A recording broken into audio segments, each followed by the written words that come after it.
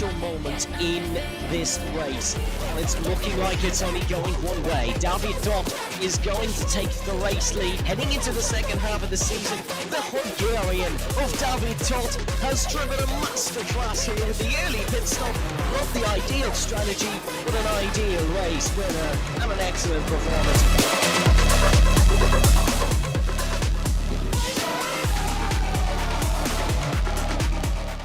To save our home, we must travel through the gateway to find new energy.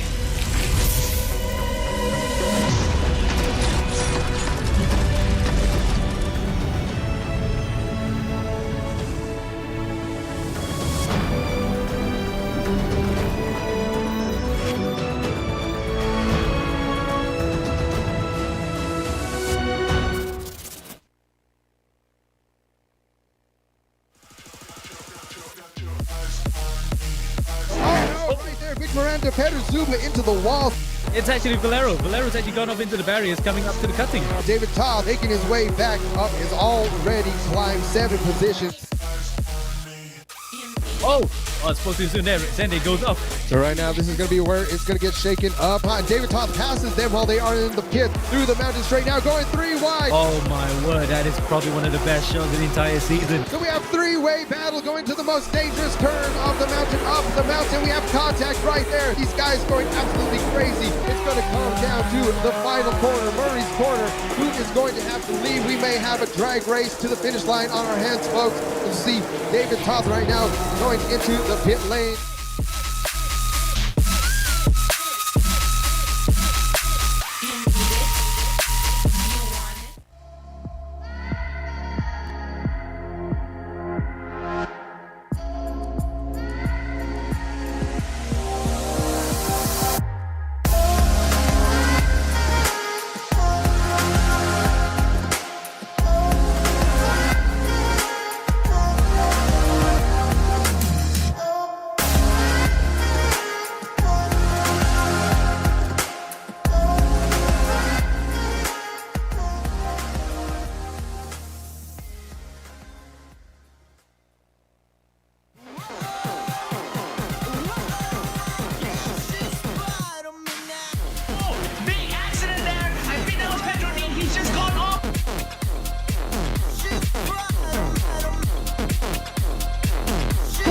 Carousel immediately, he gets punted off. That was Saavedra.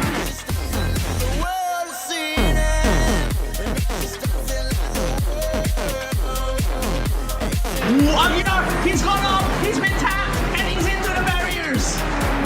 Oh, the rejoin! Oh no! Dean. Oh, Pedro, Dean. Oh, Chris Lawler does have the inside track for the Swiss left. If he's able to make that pass happen, he might be able to cut away Victorino. He does make that pass, and he makes it clean as they come into the right hand, and this is it. Chris Lawler seizes the opportunity and makes it. And just as the end, the rain comes to put a pin onto the end of the race, and Chris Lawler takes it.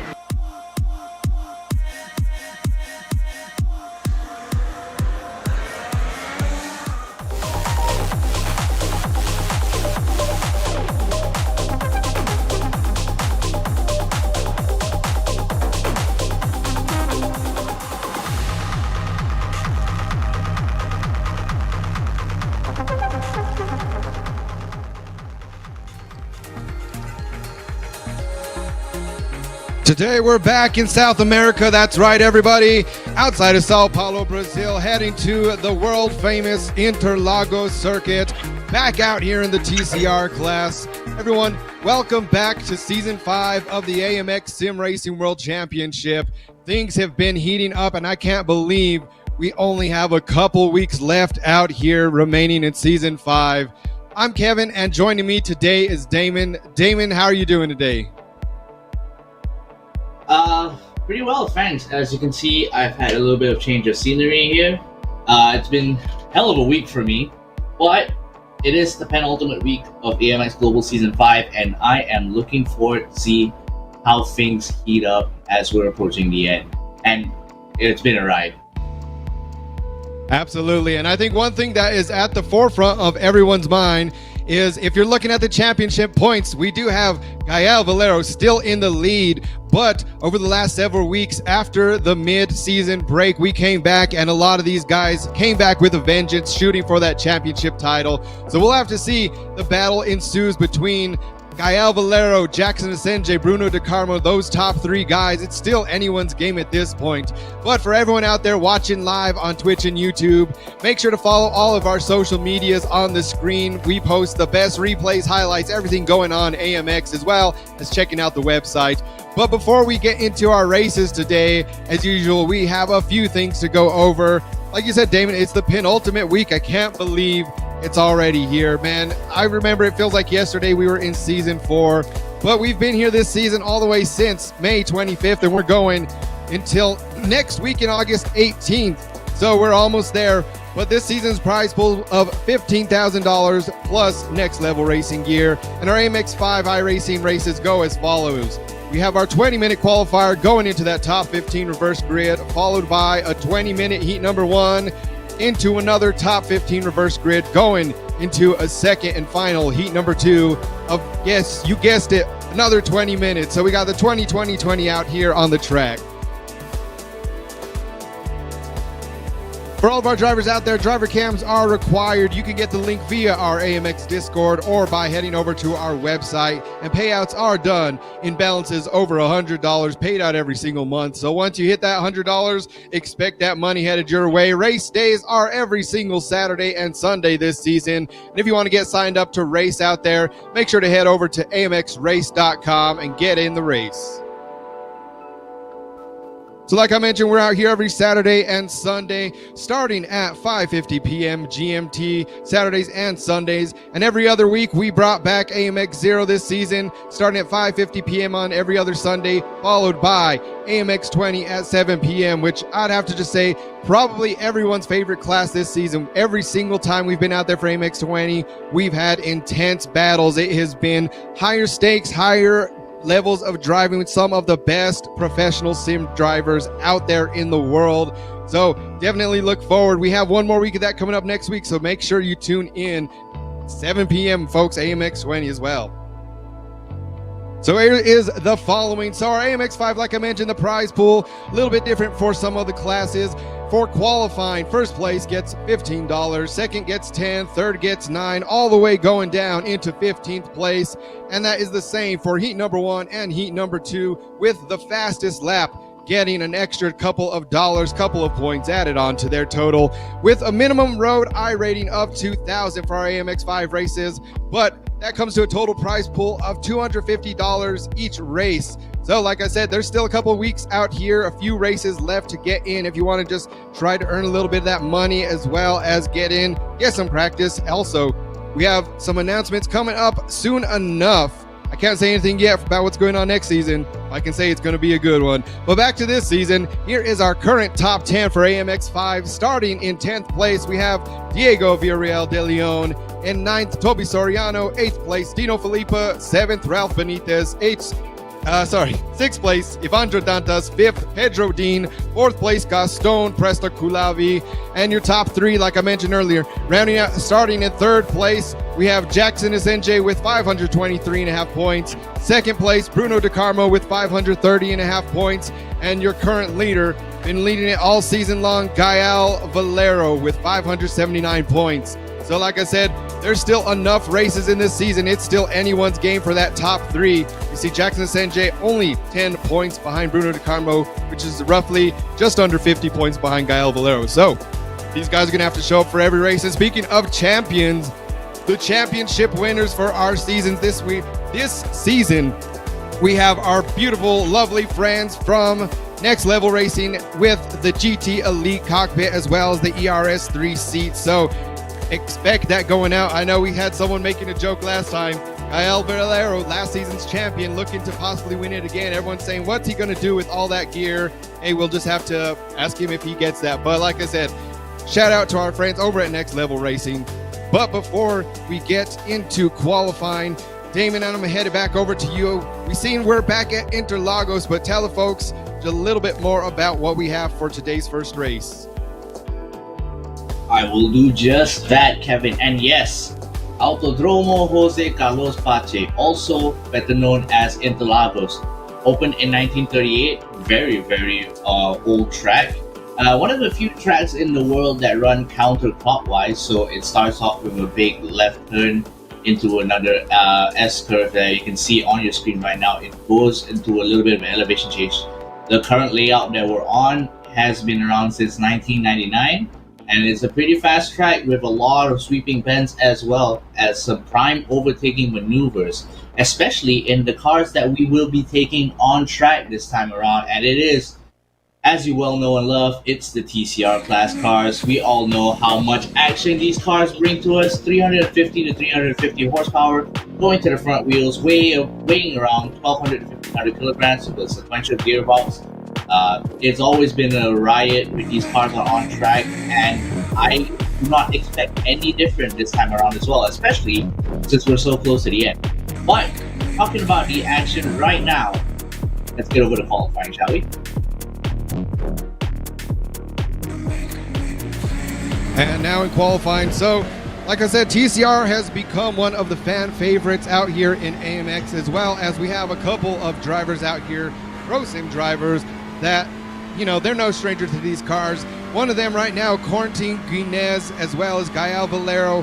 Who else have we think? Kieran Harrison has been out here absolutely killing it too. So there's been a lot of these guys, and like we said, with a lot of pro sim drivers, the pro sim esports have been on their way. So a lot of guys, I'm really glad that they're still able to make it out here for AMX, still able to come out here and compete in the midst of their other professional duties, as well as some real life pro drivers. Like we say, we've mentioned that before, we've had Max Verstappen out here during the Formula One season, as well as Nicolas Verone out here a couple of times as well. So a lot of these drivers, love seeing them out here squeezing AMX into their regular season duties. But like we said, the man of the hour so far, been leading nearly all season long. Gael Valero been in that top spot for AMX 5.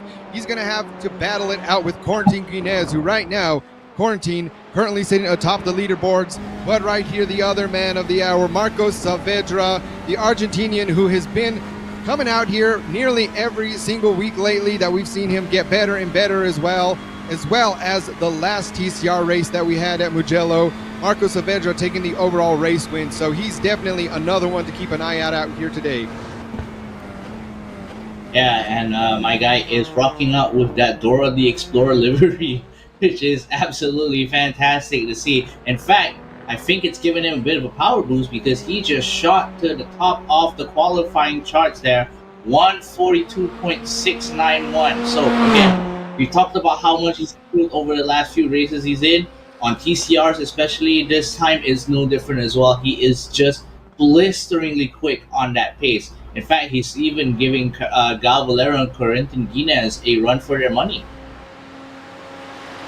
Oh, definitely. So I think right here it's going to be definitely between all of these top three drivers. Like we said, we're just over halfway in qualifying, so I expect that lead to change just a little bit. But seeing how fast Marcos Saavedra is out here in these TCR cars, as well as last time we were out here at Interlagos, so we got to see a great battle between Gael Valero, Jackson Asenge. So the Brazilian drivers out here too, their home country, their home field. We'll have to see exactly what they can put down today. As we see right now, looking like in the Argentinians and the French drivers sitting up towards the top of the board. Well, like we said, definitely we'll have to see. We have the guys out there from the SART Racing team. We have the guys out there from Delinte Esports as well. So everyone out here representing their teams.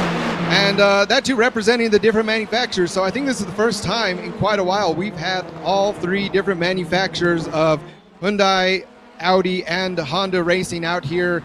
All three of these manufacturers, like we said, we've seen a lot of people last season running with the Audis, but definitely looks like out here in Interlagos today, that is going to be mostly Hyundais. So going to be interesting too. So especially some of these drivers that are very used to one car or the other, but nonetheless, Damon, I'm absolutely excited to see what we get out here today.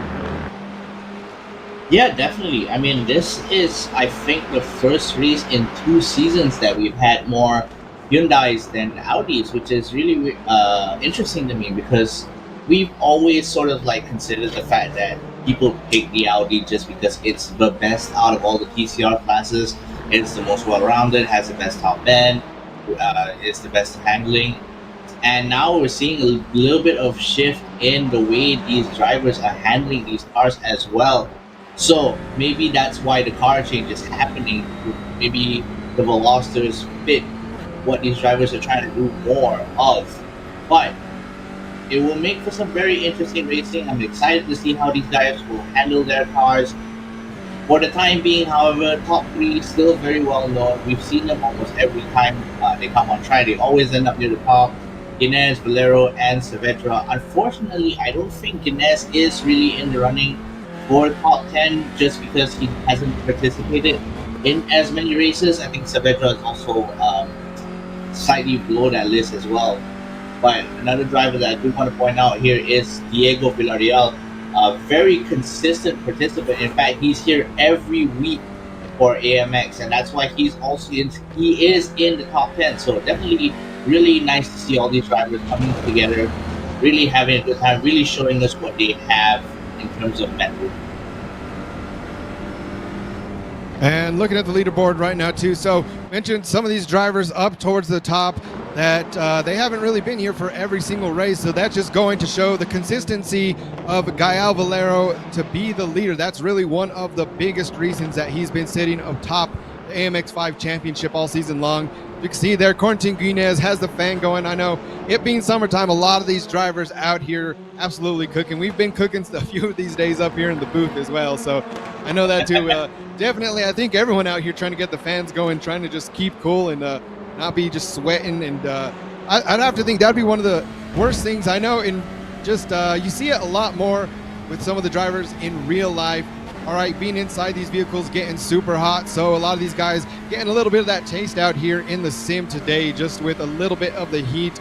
You know, hopefully none of these guys end up getting sweat in their eyes or nothing like that, because that is probably one of the worst feelings when you're out there. But man, seen right there too, Marcos Saavedra, and now Corentin Guinez setting a top time. So the battle right here, these guys are neck and neck, but Corentin Guinez currently setting about a 2/10 faster lap. So I mean, right here, if this is how it's going to go during the race, I can't wait to see these two battling it out back and forth. Yeah, and I like that you pointed out the fact that the heat might be a factor in how a driver performs, because it's just like real life racing. The car gets really hot. Sometimes you really can't perform under extreme situations. This is why I have the AC on, by the way, because it's hot as hell here. But for some of these drivers, you gotta learn how to handle yourself in extreme situations, be able to really bring out the best in yourself, especially since we're so close to the end. And a lot of these drivers are doing just that. Corentin Guinez, 0.2 of a second ahead of Saavedra. Santino Aguiar tipping Gael Valero by 1,000th of a second. So definitely a great drive from him. With less than 4 minutes left until the end of qualifying, we'll have to see if any more surprises pop up before we reach heat 1. Definitely. So we are under 4 minutes left. So we have about 3.5 minutes left out here in qualifying. Definitely, I feel like it's safe to say that our top 5 at least are probably going to be sitting in there too. But one thing there is we also have another person getting in the mix for the top 3. So we have Santiago Aguiar right out there now up in 3rd place above Gael Valero. So I think, like I said, definitely the top 3 that we're going to have to keep an eye on during the race. But for the overall championship, we're going to have to definitely keep an eye on Gael Valero, Jackson Asenge, and Bruno De Carmo, as they are the current top 3 runners for that championship. Like we said, last season it was Gael Valero taking home a championship. So definitely we'll have to see if these guys, I know, especially Bruno De Carmo, coming out the second half of the season swinging. He's definitely, I don't know what he did over the break to come back just fighting, but he has been climbing those championship points week after week, coming out all the way up into 2nd place currently. Like I said, there's just under 50-point difference between Gael Valero and Bruno De Carmo currently. So really at this point, even if, as well as these drivers are doing, if Gael Valero misses one more race this season, that will really, really hurt him. So he's going to just have to get out here focused. And I know, seeing some of the interviews with Gael, he's one of those guys that, you know, he's just out here to race. He comes out here, does what he has to do. So I'm sure he's not thinking too much about his championship lead right now. He's just saying, man, I just get out here and do what I do. But anyways, big shout out to these guys. And another one right here, we have the Italian, so Salvatore Ferrandino out here, the lone Italian on the field today. Another one that, like we said, we haven't seen too much out here in AMX, so great to see more and more people. And just about talking about that too, like we mentioned earlier, you can sign up, get out here, the AMX 5 races. If you are 2,000 iRating or above, you want to just have some fun out here. I know I got into the races last week for AMX 0 just to have fun. Didn't have the best week, but hey, that's what it's all about. If you're not out here having a good time, hey man, kind of that's half the fun of the thing. Half the fun is winning. Obviously, everyone wants to win, but the other half is just being able to get out here with these amazing drivers and just see what you can put down. Yeah, I can tell you for a fact, I would much rather be here in the commentator's booth than out there on the track, because I know for a fact that I cannot stand toe-to-toe with these racers here. These guys, they really enjoy it, and I think I might ask Kyle Valero if he ends up winning the season again to like ship me one of the extra sets of next level racing gear that he has, because he probably doesn't need it. Why not give it to me, right? So less than a minute to qualifying ends. We haven't really seen any more changes in position, except for the fact that Kyle Valero actually did manage to take back E3 away from Santino Aguiar here with an 142.897. So good on him as well. He's going to be starting at I believe E13 on the grid. So again, these qualifiers really do bring out the best in people, especially when it comes to later on, once the race actually starts. The amount of challenge that you get trying to make your way back to the front of the pack and then win the first heat is something that we've definitely seen Kyle Valero do a lot of as well. But this is not a knock on the other drivers as well. This is not a knock on the other drivers. He's just that good. Although he is still not clear to get the overall season win just yet. And that'll wrap it up for our qualifying session. So if anything's a preview of what we've seen in qualifying, we know that definitely the man to look out for is going to be Corentin Guinez, just absolutely blazing out there, as well as the back and forth we have between Marcos Saavedra, Kyle Valero, Santiago Aguiar. So those guys putting it down out here in the TCRs. I love this track. We got to see it in F4, and so I know it's going to be great racing. But there is your BenQ session winner of today, Corentin Guinez, sitting in that top spot, 142.489, 0.2 of a second faster from our second place, Marcos Saavedra, and also coming in third, Kyle Valero, fourth place, Santiago Aguiar, fifth, Juan Blenat, sixth, Ayrton Reutemann, seventh, Tobias Soriano, eighth, Gaston Culavi, ninth, Jackson SNJ, 10th, Pedro Mora, 11th, Bruno De Carmo, 12th, Pedro Dean, 13th, Evandro Dantas, 14th, Diego Villarreal, and landing it out in that 15th place position, squeaking by into the top 15 reverse grid, Salvatore Ferrandino. So we have 15 drivers out here today, meaning all 15 of these guys are going to make that top 15 reverse grid. So leading the poll right now will be Salvatore. We'll see if he is able to hold on.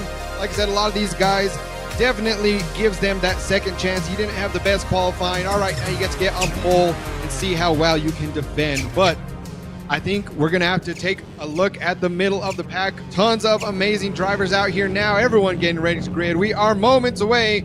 Heat number one, folks. Seconds from the green light. Oh, getting ready here. It's always pretty nerve-wracking to see all these drivers at track, especially when you go involved with the launch. So all the drivers still waiting to load up. They're getting ready here. All right, they have just started the rev. We hit green light for just a second. There we go.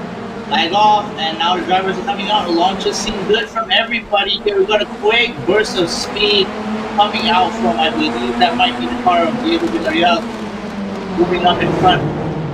No, that was Evandro Dantas actually. You have to get the colors mixed up. But Pedro B. Bruno Carmo having a turn one already. There's a big crash happening. 4 cars are off the track and into the barriers. So there we see, it looks like Toby Soriano, Juan Blenat, Jackson Senjay down, as well as Ayrton Reutemann maybe just squeezing by a little bit. But like we said, we knew it was going to be a tight one there towards the back of the pack. Didn't expect it to be coming out of turn one like that, but these drivers right away immediately getting door to door, and unfortunately sending a couple of them now. Toby Soriano having to hit the pits, so this might be his heat number one. But like we said, there's only 15 drivers out here on the grid, so although it was over before it even started out here in heat number 1. He'll be able to redeem himself come out heat number 2. But right now, it's the battle towards the middle, the battle towards the front. Evandro Dantas currently still in the lead, followed by Pedro Dean and Bruno De Carmo sitting in that 3rd place. So now the Brazilians, they were lowered down in the qualifying session, but they have since gotten up to the front of the pack. And here's a quick look, the picture-in-picture replay of what happened. So we had a few guys all going 3 wide, and just like that, they all just got a little bit too close.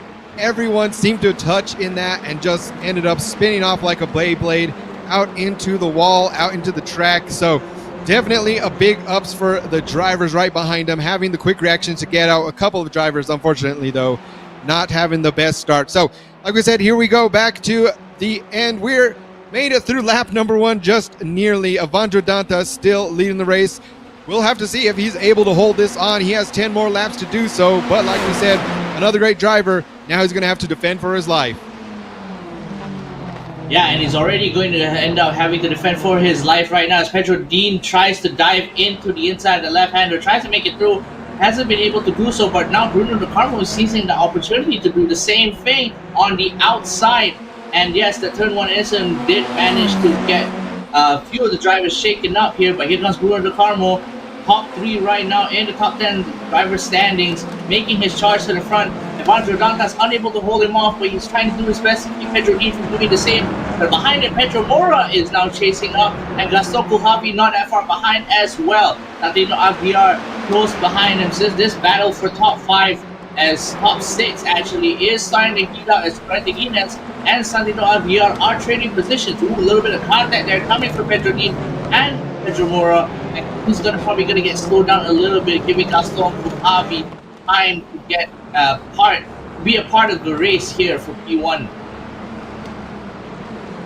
And this is one thing that I love seeing, not just with the top 15 reverse grid, but just seeing a lot of these drivers. So we always have drivers out there that we know are just absolutely just alien quick out there on the track.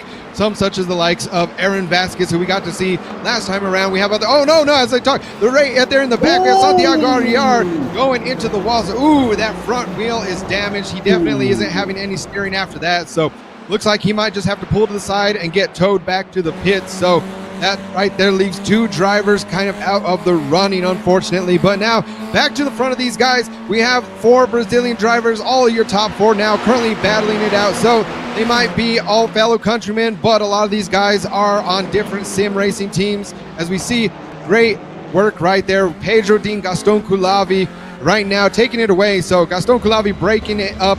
Right there, we see the, I'd say turn 1 probably going to be one of those very opportunistic places to pass. We've seen it time and time again, kind of no matter what cars. These cars don't have quite the same amount of draft as something as, say, an open wheel car, but definitely that home straight is long enough to make that move on the inside into the switchbacks. And here we have Pedro Mora now doing a great job of defending off Evandro Dantas, but unfortunately, him trying to hold off has let Bruno De Carmo already get over a second gap up in first place. Yeah, and I like that you mentioned turn 1, especially as we go to picture-in-picture. Santino Aguiar goes way wide, taps into the back front of Guinness's car, but Guinness just not relenting here, forces Aguiar, pitting him, and because these cars are front-wheel drive, the front wheels are the ones driving the car, so if they go off track, you are going off track. There is no stopping it there, and unfortunately, Santino Aguiar did end up suffering for it. Collapsed suspension, broken steering, all that jazz, and he's in the pits, basically out of the running here. Meanwhile, the other drivers on the track right now, you can see Gal Valero still trying to make his way back to the front of the pack here, stuck in P7 right now, about a second clear of Guinness, who is also trying to contest himself by getting into that top 5. But the drivers in front, of course, we do have to see Bruno De Carmo here fighting against Pedro Mora, actually clearing Pedro Mora, but Pedro Mora here having to compete with Dantas as they're entering the start-finish straight into turn 1. This turn is very dangerous and a prime moment to maneuver as well because it tightens up into an S-curve straight away. So there's a lot of space for you to slow down and try and find the line that makes you lets you get through. So here we go. So as we are in lap number 4, your top is Bruno De Carmo, now with a significant lead, just under 2 seconds, followed by second place Pedro Moura, and in third we have Evandro Dantas. Now all your top three. So Brazilians still sitting on top of the podiums, but here's one of the guys that we've seen already up 10 places this race, had a great qualifying. Corentin Guinez that we've seen earlier just getting squeezed by Santiago Aguiar, and unfortunately Aguiar getting spun. So we'll have to see now what happens with these guys out here. Corentin Guinez, he has the pace to get up onto the podium, currently sitting in 5th place position, and now making a pass over Gaston Kulavi into 4th place. So he is right on the edge of being on the podium. So I have no doubt, like we said, we are only on lap number 4 of 11 out here. Corentin Guinez has the pace. He's going to have to see what he can do to battle these guys to get back up onto the podium. Yeah, but if anybody can do it, it is Guinez, of course. In fact, he's only 3/10 of a second behind Evandro Dantas here. Meanwhile, Valero is still trying to make his way up the pack. He's still in P7, but the gap between him and Pedro Dean has narrowed significantly, so he might look to see if he can make an opportunity happen at turn 1. As we mentioned before, it is a corner that tightens up very much into turn 2 afterwards. So if you don't get your braking right at the very start, at the very end of the start-finish straight, you're going to have a really bad line through there, and that's what drivers will get to see, is the opportunity to make it pass. As Corentin Guinez, proving my point right now, goes in for the dive on the inside. Evandro Dantas not letting him through, tries to go for the switchback, doesn't get it, however, and now Gaston Kulavi is seizing that opportunity to gain another position as well, cutting off Dantas from that contest, and now forcing him down to P5. So there we go, folks. So just like that, now also Gael Valero in that 6th place position over Pedro Dean. So we'll have to see, like we said, the battle right now for the overall championship points. Bruno De Carmo sitting very happily up in 1st place, very comfortable. So as long as he can keep it clean, which we know he is one of the cleanest drivers out here that we've seen. He's not afraid to battle it out though, however. So if Pedro Moura is able to close that gap, put that pressure. But now side by side, we have Gael Valero, Evandro Dantas. So Dantas just backing off just slightly. Like I said, these guys, they want to push it hard, but the last thing they want to do, what they've seen going on already, is get too aggressive, be in the side of someone else, and then end up going off the track, and there goes your chance of getting any podium at all, as well as just your points tumbling down. So here we go, we are on board with Pedro Dean. So Pedro Dean right now 3 places down from where he started on the grid. So definitely it's been a lot of battles, I'd say, you guys, so far going out here. So these drivers, some of the best, and now Pedro Dean right on the rear end of Evandro Dantas. So these two, I expect, are going to be battling it out.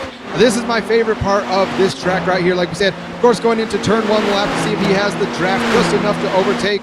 But we see, Gaston Kulavi heading now into the pit lane. So we'll have to catch up with Gaston and see exactly what happened. I'm sure if he had a little bit of damage going on in there. Can't tell from this view if there was really any damage. So like we said, we might just have to see exactly what happened. He might also be thinking, all right, I don't know if, like we said, something going on with the car, and he's just thinking, all right, this is heat number 1 in the bag. I'm going to try and focus on heat number 2 and just see where we can go, try to get that win out there. So that's 3 people now have hit the pit out here in heat number 1. And unlike AMX 20, where those drivers do have a bit of a longer race with the mandatory pit stop, these guys don't have to pit unless, of course, they end up off the track and into the wall. But here we go, guys. Corentin Guinez making the move over Pedro Moura, now holding on to that 2nd place position. So Pedro Moura just unable to hold onto it for right now, but he's still on that rear bumper. And out here, this track definitely is a very opportunistic track. So we'll see. Corentin Guinez right now just about over 2-second gap between himself and Bruno De Carmo. So we'll have to see exactly how much pace he has in him if Bruno De Carmo doesn't get too comfortable. I'm not sure if he'll be able to do this in 6 more laps, but we'll just have to wait and see. Corentin Guinez, if he can catch up to Bruno De Carmo. Yeah, and Guinez is definitely one of the faster drivers, especially in this particular class of car. But yeah, you're right, 2 seconds is a big gap to cover within 5 laps. And right now, it just seems like I didn't know what happened to Gaston Kulavi there. He did look a little bit frustrated as he entered the pit lane. I'm not entirely sure that wasn't an accident. But the other drivers on the grid right now, Gael Valero is trying to catch up to Pedro Moura ever so slightly, and I think Valero is going to pray for Guinness to be able to overtake Bruno De Carmo, because that will cement his position in the lead right now. Bruno De Carmo finishing in first nets him 15 points. If he finishes in second, it nets him 10 points. So the gap will start to increase ever so slightly. And Valero definitely banking on that. I know for a fact that he does enjoy racing, so he's still going to try to win regardless. And just looking at that too, so checking back up on the times from qualifying, Bruno De Carmo in qualifying was just over a second per lap faster. So like I said, definitely not his strongest suit out in the TCR cars. We've seen him do amazing out in some of the open wheel cars, so definitely looking a little bit more comfortable when he is in one of those cars, especially we got to see him out in the F4 cars, some of those. So just the different car classes, GT3s, TCRs, that is definitely, I'd say, the big reason why I love AMX so much is we're not just out here in one car class for the entire season. We want to see what these drivers can do as an overall driver. Throw them in a TCR, throw them in a GTP, throw them in a GT3, everything in between, to see what these guys can put out on the tracks. Yeah, I'm honestly waiting for iracing. Oh, hang on. I think Kevin's mic just died here.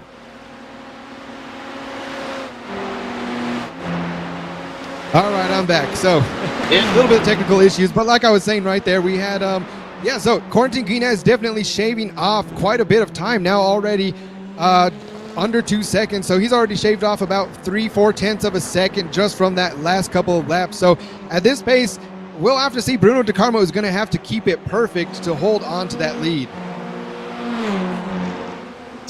Yeah, and I was coming back to my point about the different car classes that AMX is bringing out, and I'm just waiting for iRacing to put on like a rally stage or something like that. Then we can really see these drivers go out of their element onto the dirt.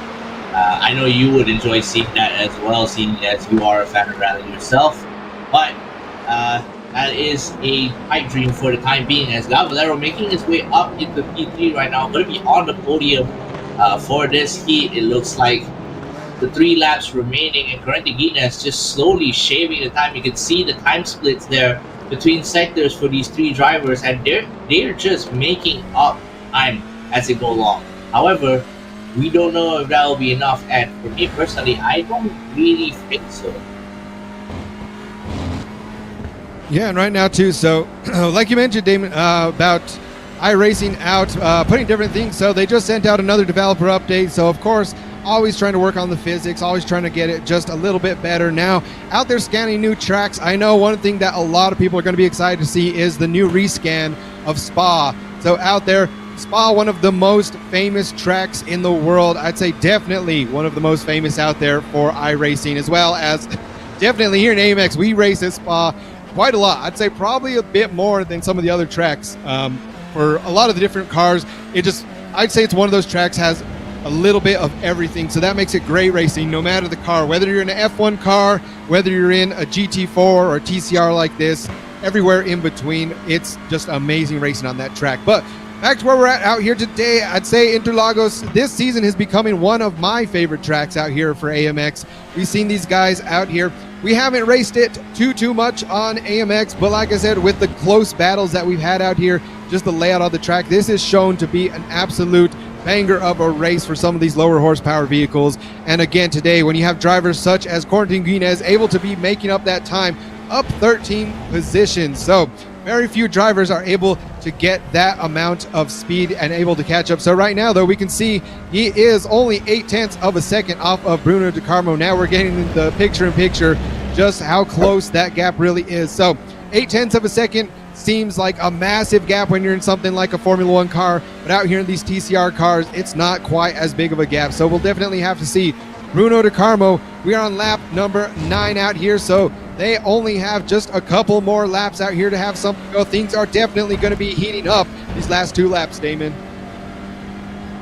Yeah, and I stand corrected. I thought Guinez wasn't going to be able to close that gap fast enough, but again, you could have just seen the split timings on the board there. Look at how much time Guinez is gaining in the sectors here, immediately putting him in contention for that P1 spot, and Bruno De Carmo is going to have to deal with the insane amount of pressure that he is facing right now with Guinness right on his tail here. Valero is still a bit far behind, so I think he's just going to hang back and watch this unfold before his very eyes here. But we're in the penultimate lap. The white flags will be coming down very, very soon once they clear this lap. And Guinness, with how much time he's been making up, especially in the first sector here, I'm waiting to see where he's going to try and make the pass happen. So there we see, folks, just like that, we have Bruno de Carmo, who had quite a comfortable lead, now is definitely feeling the pressure, starting to just sweat just the slightest, saying, all right, now I have to do everything. I was out here attacking earlier to get this lead. Now I'm going to have to defend. And like we see him defending like his life depends on it. But right there, ooh, beautiful move, just going a bit wide, leaving the door open for Quentin Guinness. He might try to get him on the switchback, but no, he doesn't have it. So right there, just right on the rear bumper of Bruno de Carmo, able to get it into those last couple of switchbacks. So here we go, folks. Now the race is on back between Bruno de Carmo, Quentin Guinness. Quentin up 14 positions, able to get all the way now through the grid, fighting door to door, able to avoid that first lap incident, and now looking like he's going to be your Heat 1 champion as long as he can keep doing what he's been doing all race long. Yeah, and now Bruno de Carmo is losing time to Valero. As you can see, Marco Saavedra, we've talked him up over the last couple of minutes, talking about how fast he has been compared to before the mid-season break, but it looks like he hasn't really been able to make any headway this time around. Still made up 9 positions from his start, which is not a bad effort in any stretch of the imagination. He's going to try and see if he can catch up to Valero here, but he has to make it past Pedro Mora first, and it looks like he's going to be able to do just that into P4. Very, very respectable position from him, and the white flags are out, of course. Quentin Guinness still holding on to that lead, but Valero is spending the time between him and Bruno de Carmo. I don't think he'll be able to make that gap in time, but I've been proven wrong before, and I'm hoping it'll be the same this time around as well. Definitely. So like you said, with the white flags going right now, Quentin Guinness starting to get a little bit more of a gap above Bruno de Carmo. So we might have to see the 2 championship leaders that have been battling it out in the points or might have a battle on their hands here in the last lap. But as well, like we said, Marco Saavedra, who won the TCR race overall last time, now having to fight off Pedro Mora. So definitely we have the 2 great battles going on, but here is another shot at your current leader. So Quentin Guinness up in first place, the Frenchman, showing why he is one of the best TCR drivers in the world, coming back out here today, top level pro driver. And I'm seeing now, so one thing we've seen a few people for the team Sim RC, so definitely seeing the different logos. This guy, I love the Asher Racing livery out here, the yellow and black. But here we go, folks, into the final turn. It looks like it is going to be Quentin Guinness out here in heat number 1. The TCR cars, the man, the myth, the legend, out here teaching people during the week, showing off his coaching skills, exactly why he's able to be out there and confidently show other drivers what he is all about, and he is all about that first place podium. Yeah, great drive from Guinness all the way until the end. That brilliant move on Bruno de Carmo, forcing him wide, gave him the boost he needed to make the front of the pack. Valero was actually really, really close to the end there to Bruno de Carmo, but wasn't able to make it happen. He will, however, have another chance in the second heat, and we'll definitely be looking forward to that, as Gaston Flohavi now the final driver to cross the line in just a few moments here. Unfortunately for him, didn't have the greatest start to the heat alongside a couple of other drivers as well, so definitely going to look for a redemption drive in the next one. We'll just have to wait and see what happens. And so just like that, like we seen earlier on, a few of the drivers having to hit the pit lane. Unfortunately, that just puts you out of the heat. So all of these drivers, though, making that top 15 reverse grid, that will be putting Santiago Aguiar up into pole position. So speaking of what was going on with Aguiar, we got to see that unfortunate incident earlier on between him and Quentin Guinness. So he unfortunately ended up a lap back, but there is your BenQ session winner out here, Cortinguinez just absolutely dominating. He was doing great in qualifying, did great in heat number 1, followed by second place Bruno De Carmo, third Gael Valero, fourth place Marcos Saavedra, fifth place Pedro Moura, sixth Pedro Dean, seventh Evandro Dantas, eighth Ayrton Ruitman, ninth Diego Villarreal, 10th place Jackson SNJ, 11th Juan Blenat, 12th Salvatore Ferrandino, 13th Gaston Culavi, 14th Tobias Soriano, 15th Santiago Aguiar, and of course, we got to see the fastest lap this time being out here set by your current points leader, Gael Valero. So Valero able to get up onto that podium. We know he was hoping for the win over Bruno De Carmo, but I know as well he is glad to have that as we are ready to go green. The drivers, there they are, going off now. And we'll see who is going to make it into turn 1, or are we going to have... Oh, not even making it into turn 1. We have still right off of the line. No. We have the guys just absolutely in that. Ayrton Ruitman, Evandro Dantas now in the back of the pack. So these guys, we are definitely going to have to get a replay on that. Not even making it to turn 1 out here in this second heat. Absolute pandemonium at the start of Heat 2 here. I've never seen a race where incidents happen before they've even entered the first corner. But that is Marcos Saavedra and Ayrton Reutemann out of the running for the time being. And the comments are saying, thank God Dorothy Explorer survived. Well, not really. He did end up back in the pits. Unfortunately, it did open up the door for some of the drivers to make it to the front of the pack. And we've been so fixated on the front runners of the last heat that we didn't even get time to mention the other drivers that were racing in the pack here. But now those drivers are coming out in the spotlight. Of course, Toby Soriano, Santino Aguiar, Juan Blenat, Jackson Vicente, of course, we were talking about quite a lot over the last season, is trying to do a little bit of a redemption drive here on these drivers as they didn't have the best start to Heat 1. And there we see, so yeah, just like that, man. I've seen stuff on the out lap when these guys are trying to get their formation lap going. I've seen some crashes happen there, just the guys getting a little bit too close, having a little bit too much fun, and sometimes breaking loose. But definitely that's one of the few times that I think I've seen right off of the grid that these guys, I've seen some people just slightly get into the back of someone else, but not really going into the side of the wall just like that. But anyways, folks, so as we are coming to a close of lap number 1, your current leaders are Santiago Aguiar, Toby Soriano, and Juan Blenat. So we'll have to see if these guys, the Argentinians, now making a comeback here in heat number 2. Will they be able to hold on to it? But one thing I see right there in the timing screen, going up already 5 positions, Gael Valero, Bruno De Carmo, Cortinguinez. So those 3 already battling it out here in the middle of the pack, trying to climb their way up, doing a great job already. Only lap 1 in, up 5 positions. I love to see that. Yeah, what I'm banking on is that these 3 drivers understand that if they start battling each other now, they're just going to end up slowing each other down. So what they're going to try to do is work together, make their way back in front of the pack, and then have their battle there.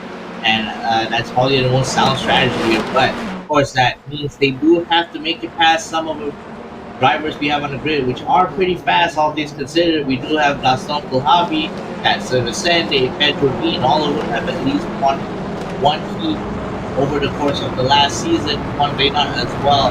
So definitely it's going to be a bit of a tall ask here as we're coming into the full replay of the start of the track. You see Evandro Dantas actually cutting into the line of Ayrton Reutemann and then forcing him into the barrier here. He just kept swerving inwards, couldn't get control of his car back, and that was Evandro Dantas into the wall. And meanwhile, Ayrton Reutemann, as he's rejoining the track, tags the back of Marcos Saavedra's car at the start there, which put both of them into the barriers and into the pit lane.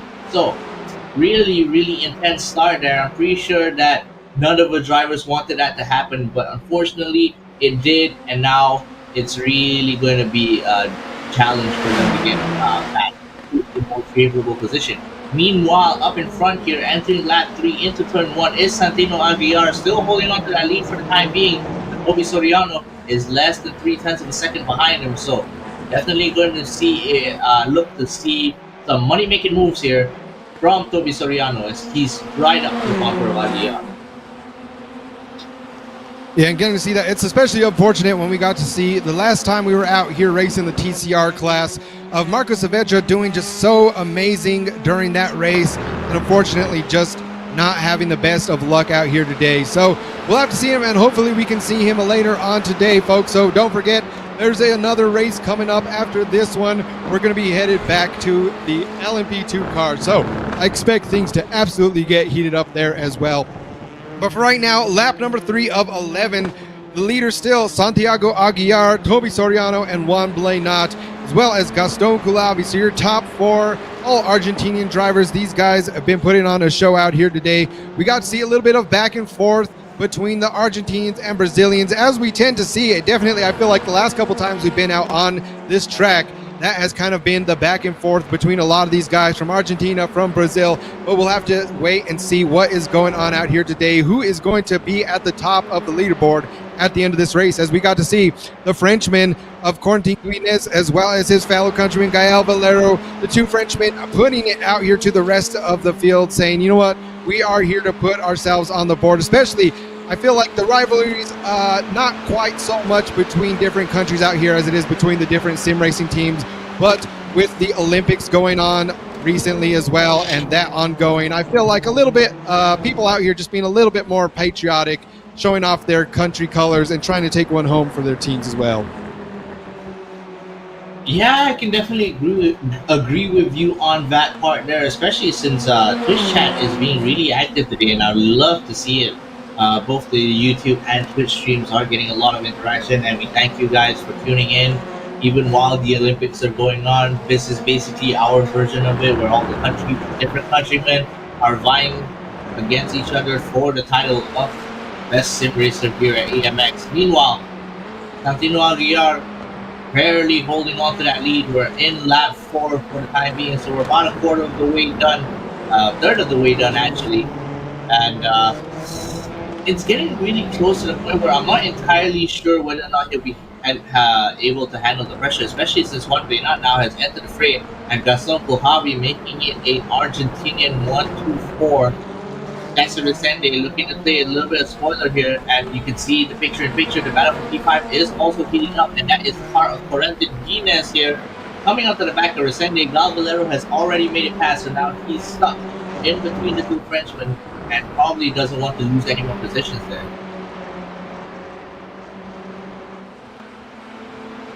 So we'll see now as the battle for P5 ensues, as well as the battle for the lead. So, man, it's crazy to see how much action has gone. As the scene looking there on the timing screen as well, Corentin Guinness up another spot over Jackson Asenge. So right now up 9 positions, Gael Valero up 8 positions. Like we mentioned earlier, Damon, you mentioned that these guys probably not wanting to battle it out too much, gonna wait until they can get towards the front of the pack and then let that battle happen. So I'd say that is kind of the case right now for Gael Valero, Corentin Guinness.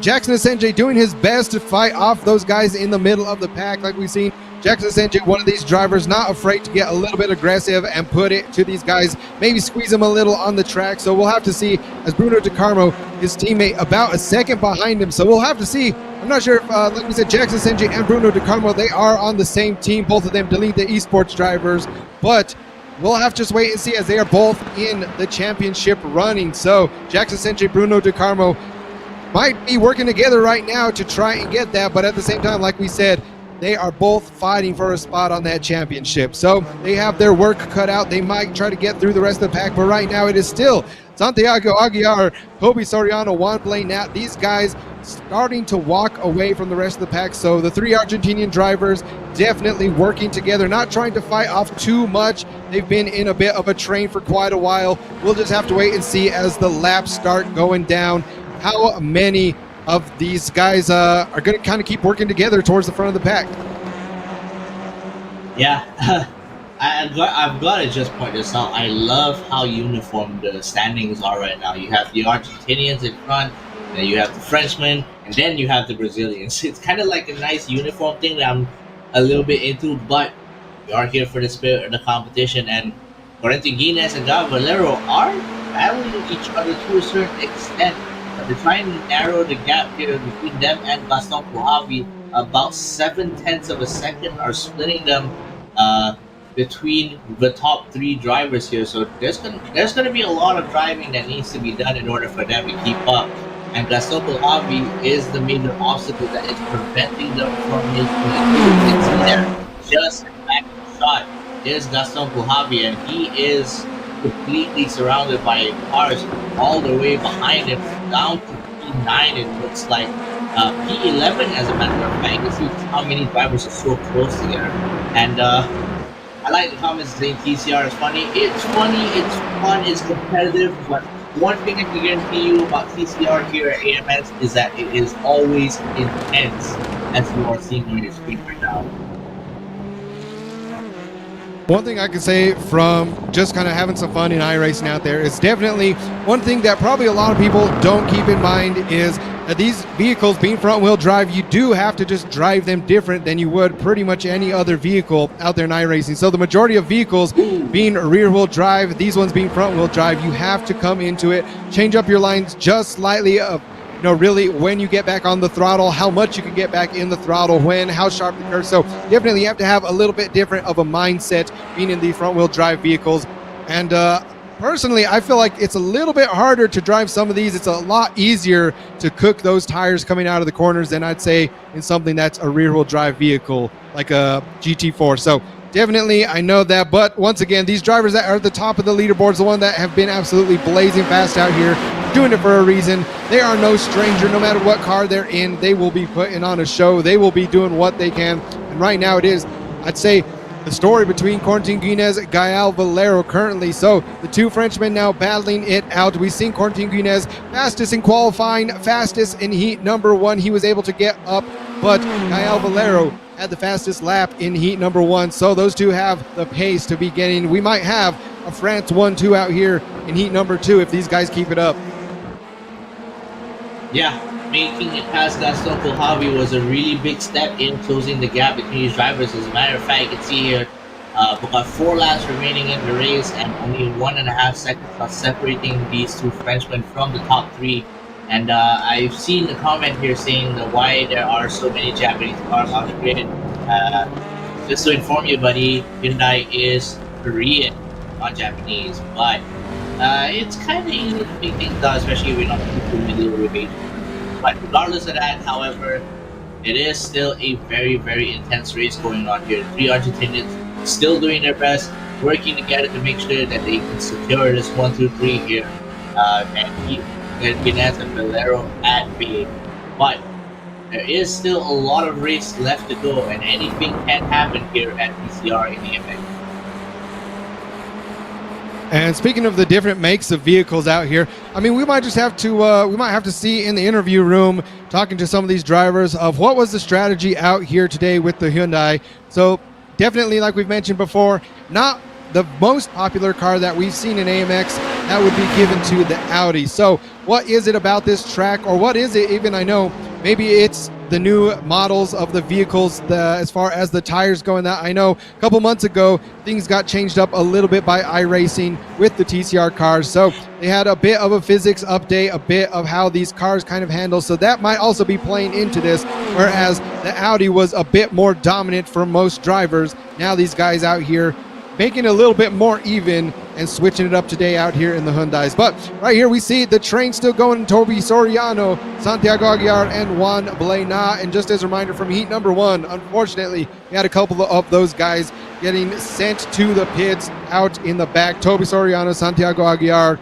getting into some incidents, but now keeping it clean out here so far. Lap 8 of 11. So now I expect the things to start heating up as Juan Blena now making the move over Santiago Aguiar. So Juan Blena finally turning on the jets. He said, all right, we've been chill. We've had this cruising the whole time, but he knows Corentin Guinez is right on their tail. So he says, I have to make moves. It is now or never, because I don't want to have to worry about the 2 Frenchmen behind him.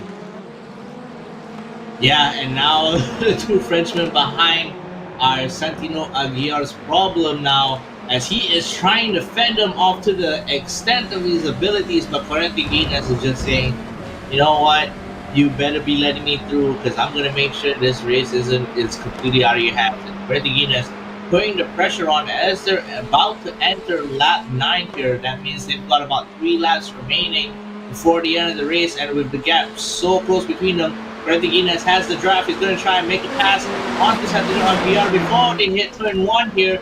He's pulling alongside. They're too wide in turn 1. Might be a little bit of contact going on there. Santino Aguiar has the inside, keeping it clean. Oh, big cut from currently getting us into the back of something around here, forcing him off the track. Got Valero there, narrowly avoiding an incident between the two cars, and now Stone Cold Hobby taking advantage of that little kerfuffle and now pulling onto the tail of Gal Valero. So now in another 3-car battle for P3, 3 different cars this time, however. So just like that, towards the end of the race, things were coming to a very, very crazy conclusion. And like we said, anything can happen out here. AMX, these guys pushing it to the absolute limit, and the limit sometimes bite back. But we see the picture right there. We are on board Gael Valero as well. So here we go. We'll just have to wait and see. Corentin Guinez right now 2 seconds behind Juan Blenat. This might not be just enough, but we'll have to see. Like we said, Corentin Guinez being one of the fastest drivers, getting that top spot in qualifying. So he has his work cut out for him if he wants to do anything. But right now, he is worried about Gael Valero. That is all he has time, I feel like, right now is, all right, I am on the podium. I know I got the win last time, but right now I have to worry about keeping on the podium at all, even if he wants to get anywhere close to Juan Blenat. So I think right now, too, we've seen these guys, Gael Valero setting the fastest lap, Corentin Guinez setting the fastest in qualifying. This is going to be the battle to look out for. Yeah, and I can see on the timing boards right now, Corentin Guinez is still holding the fastest lap, but that might change anytime soon. We're on the penultimate lap right now as the drivers are now crossing the finish line for the 10th time this race. Bobby Soriano and Juan Blenat still holding on to that P1 and P2 spot, although the gap between him and Corentin Guinez is ever so slightly narrowing here. Meanwhile, Gael Valero here, he wants to make it onto the podium. He wants to solidify his lead in the top standings right now, and he has to make it past Guinez to make it happen. So there, I'm looking at the chat too of seeing some of the people out there, man, seeing the Dracula flow. So hey, I mean, I think Gael Valero would agree too that he is him. He is from the Himalayas. If you guys get that reference, huge shout out to you. Love you guys out there in chat. But like we said, he has his battle. He's going to have to pass Corentin Guinez if he wants to get up there on the podium in heat number 2. Last heat, we got to see Gael Valero. He got that 3rd place position, and now he's hoping to make that a repeat in heat number 2. So these guys, some of the fastest ones out here today, man, I just know as we are going to have a great final lap as well, as Toby Soriano now only 3/10 over Juan Blenat. So we're going to have 2 different battles going on for 1st place and 3rd. Definitely going to be a banger of a final lap. So right before we get the white flag going, I want to say a big shout out to everyone out there as well. Make sure whenever we get back to our break, you go check out all of our socials, as well as you'll see the live timing from time to time pop up on the screen. But here we go, folks. We are now around the final bend onto the home stretch. We are getting ready. The white flag is coming out. And here we go. Juan Blenat, Toby Soriano going to be battling it out. Final lap battles, as well as Corentin Guinez and Gael Valero. The 2 battles pitting the countrymen against each other. Anything happened last lap, and we can wait to see if anything will happen once again, as the Jets are on Corentin Guinez, still holding on to that 3rd place position. Only a 2/10-second battle going on between 3rd and 4th, as well as 1st and 2nd right here. So definitely, man, I don't know. It's hard to say because these drivers have been so clean the entire time, Damon. Yeah, and the moment they cross the start-finish line for the final lap of the race, you can just feel the fact that they just immediately hit go and went pedal to metal, increased their pace almost aggressively, to the point where I'm kind of worried that a mistake might happen somewhere here. But nothing's happened yet so far. Juan Blenat is still about 0.3 of a second here, trying to fish for an opportunity to see if he can make a move, just diving in on the inside. He's not close enough to really make it past with Soriano just yet. Oh! Juan Blenat tries to swerve and go for the move, but he's on the outside. Goes a bit wide. They're unable to finish it out. This battle is going to slow them both down. And Corentin Guinez only a second behind. If anything happens to the 2 drivers at the front, it is the Frenchman's races to win. And I'm on the edge of my seat right now as we're waiting for this to happen. And Toby Soriano, maintaining a calm and collected, cool head under pressure, is holding on to that as they're crossing the start-finish line here. He looks like he's going to be able to secure this win here in Heat 2. Juan Blenat in the drive, not quite enough, however, 0.3 of a second behind him, and here comes the Soriano crosses the line as the winner of Heat 2, Corentin Guinness and Gal Valero unable to really get past them. 3 and 4 finish, however, not bad at all.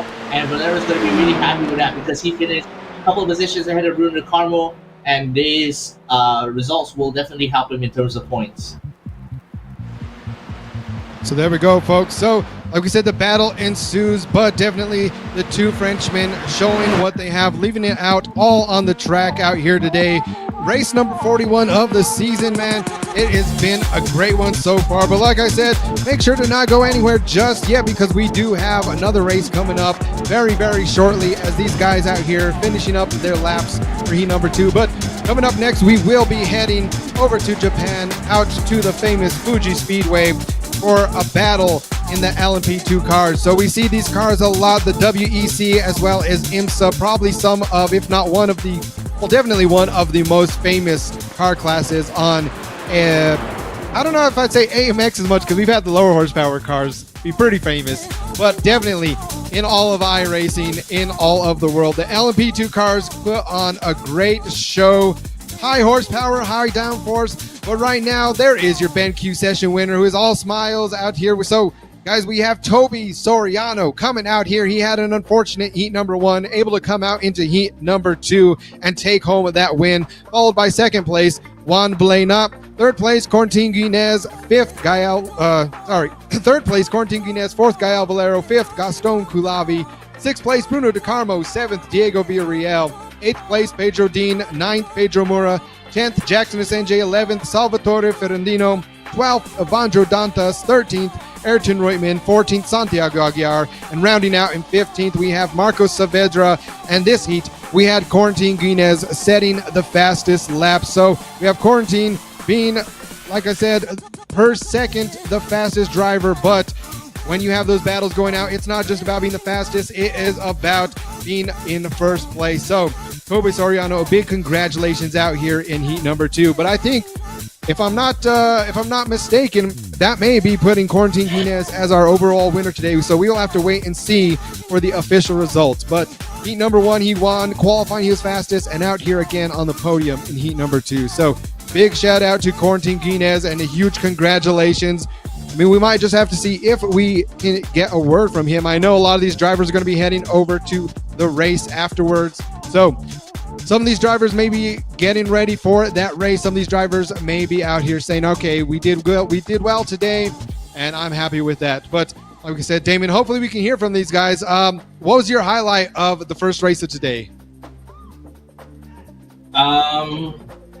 Man, it's tough to say because race 2 ended up being so intense that I sort of forgot what happened during heat 1. But I think the first highlight you can talk about in heat 2 was, of course, that race, that grid start incident that occurred.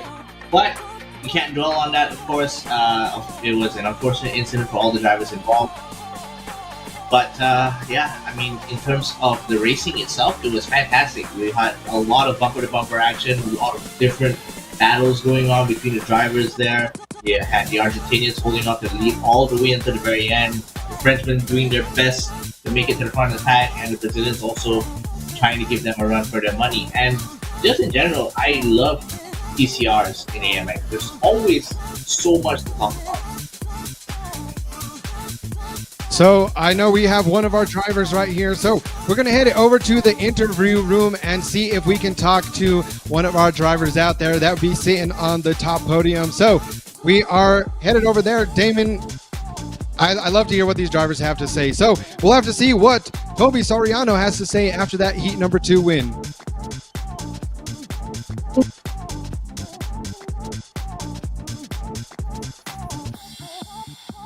Hi Toby, how are you doing today? Hi guys, I'm okay. I can see you're already busy practicing for the next race, I see. Yeah, Okay, practicing a bit. Yeah, thanks. Okay, we're just gonna get a quick word from you regarding the earlier race. Great heat 2 win, but do you feel like you could have avoided anything happening in heat 1? Like, was there something that you could have done to prevent that mistake? I think Santi helps a lot with Corentin, battling with him. he lay quarantine between 2-3 seconds, and it helped me and Juan to make a bit of difference, and that's it for me in the race. It was full qualifying, pushing all we have, and hoping to quarantine not reach us, to be honest. Yeah, because he was coming in very fast near the very end. Yeah. How do you feel about AMX so far since you've been a part of a few races over the season? Oh, it feels amazing. For us in Argentina, it's very good. I think they cannot improve too much. It's amazing for us. For me also, I'm very happy with the races, with the battles, with the guys. They are very respectful for all parts. So I'm very happy and very thankful to all AMX team. Yeah, definitely glad to hear that. Okay, before we wrap up this interview, is there anybody you want to thank, either your team or anyone that's watching? Yeah, I want to thank to Rico Performance, our setup shop. So guys, give it a shot to their setups. They are really good. To Whooper team and Patagonia Simracing, a team from Argentina. So it's all. And you, thank you to all of you guys. Okay, thank you so much for this interview. I won't disturb you anymore. Enjoy your practice. Thank you.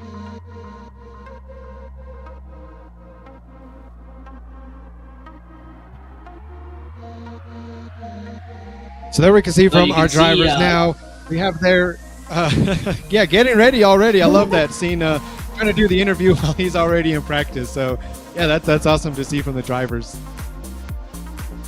Yeah, definitely. I mean, it just goes to show really how much passion they have for sim racing to immediately jump in when the next race is still a few minutes away, and a few moments we'll be ready for it and we'll be able to show it to you guys. But you got my words, Kevin. I want to know what you thought about what the races now was. I mean, man, there was a lot happening. Like I said, both heat number 1, heat number 2 having a race incident. Heat number 1, we've seen that on turn 1, and then there in heat number 2, not even able to get into turn 1. So that was definitely crazy. But I think one of my highlights was looking when we seen Santiago Aguiar and Corentin Guinez there in heat number 1. It looked like Aguiar was squeezing, just barely seeing Corentin Guinez out there, and Corentin absolutely just being a brick, not moving anywhere. And unfortunately after that, it did look like Santiago got spun out, got sent out, but then came back heat number 2. So I love seeing the comebacks, as well as, like I said, just this track. This track, we haven't seen it too much in AMX, but definitely it has become one of my favorites. I know it's going to be close. I've seen with other places, we've seen guys, especially watching some other streamers, watching some other YouTube videos of these guys battling it out with some of the higher horsepower cars, some think with more downforce. So I love that we can be out here with lower downforce. We, last time out here in the F4 cars at Interlagos, and now in the TCR cars. So I'd say that's probably definitely one of the biggest things. But well, we're still here. I wanted to bring up, coming up next, we are going to be having back over at the foothills of Mount Fuji, the world famous Fuji Raceway. So another great, super famous racetrack. You've seen it in all these games over the years. We've seen it in iRacing.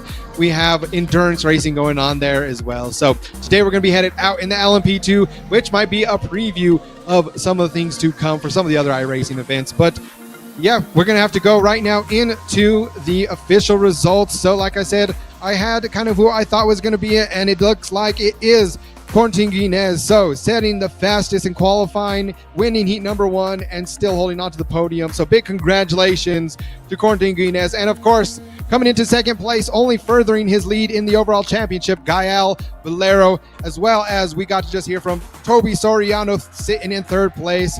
Fourth place, we got Juan Blanat. Fifth, Bruno De Carmo. Sixth, Marcos Saavedra. Seventh, Pedro Moura.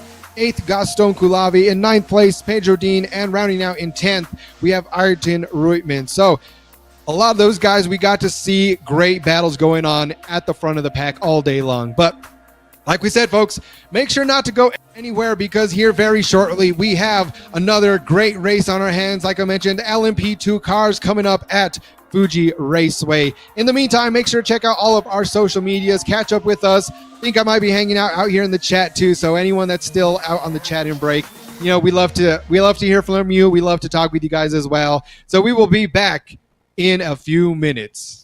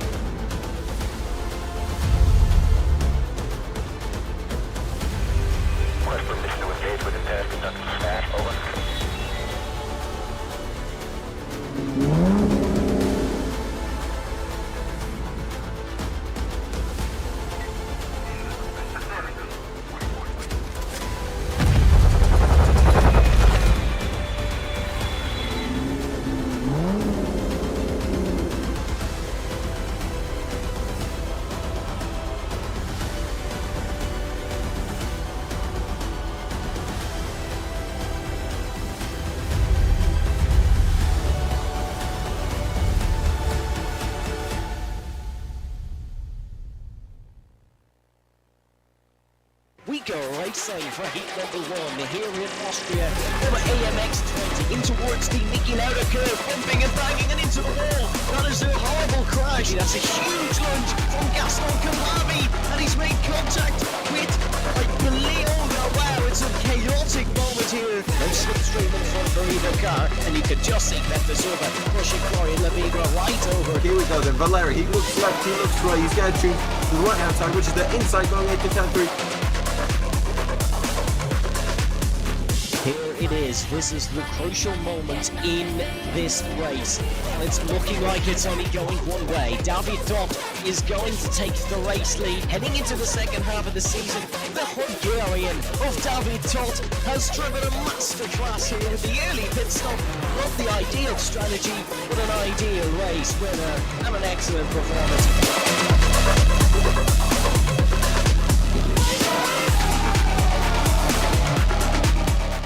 To save our home, we must travel through the gateway to find new energy.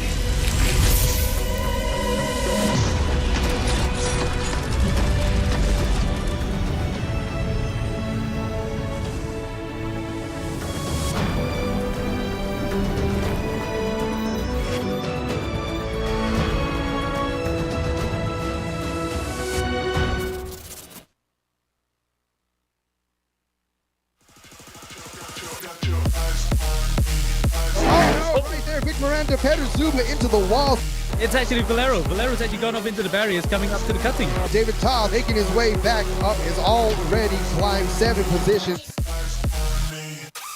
Oh, I spoke too soon there. Zende goes up. So right now this is going to be where it's going to get shaken up. David Todd passes them while they are in the pit through the mountain straight now, going 3 wide. Oh my word, that is probably one of the best shows of the entire season. So we have 3-way battle going to the most dangerous turn of the mountain. Up the mountain, we have contact right there. These guys going absolutely crazy. It's going to come down to the final corner, Murray's corner.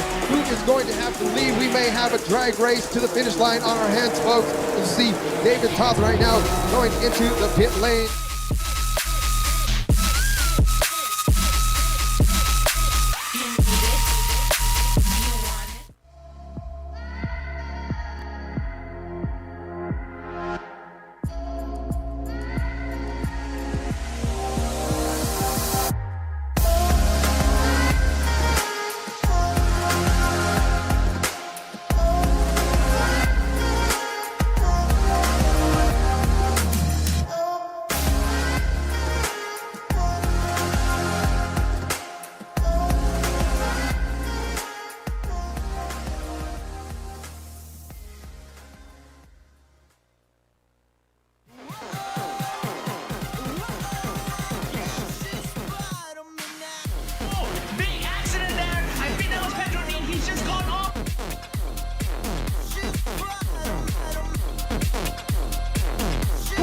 Carousel immediately, he gets punted off. That was Saavedra.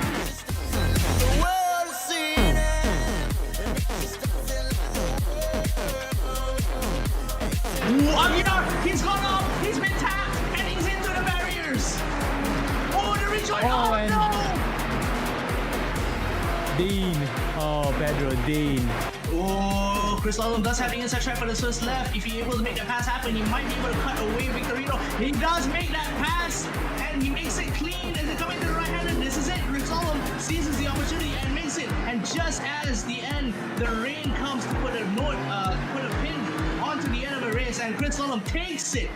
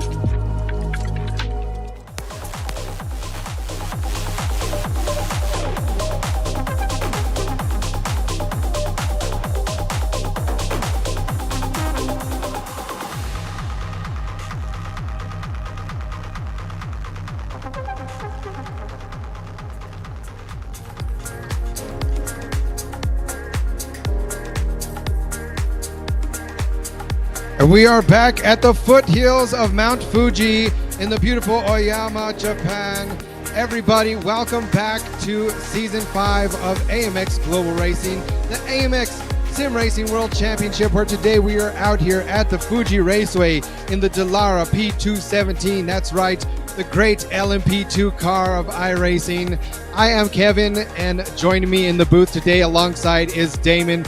Damon, we had some great racing already in the TCR cars. What are you looking forward out here at Mount Fuji?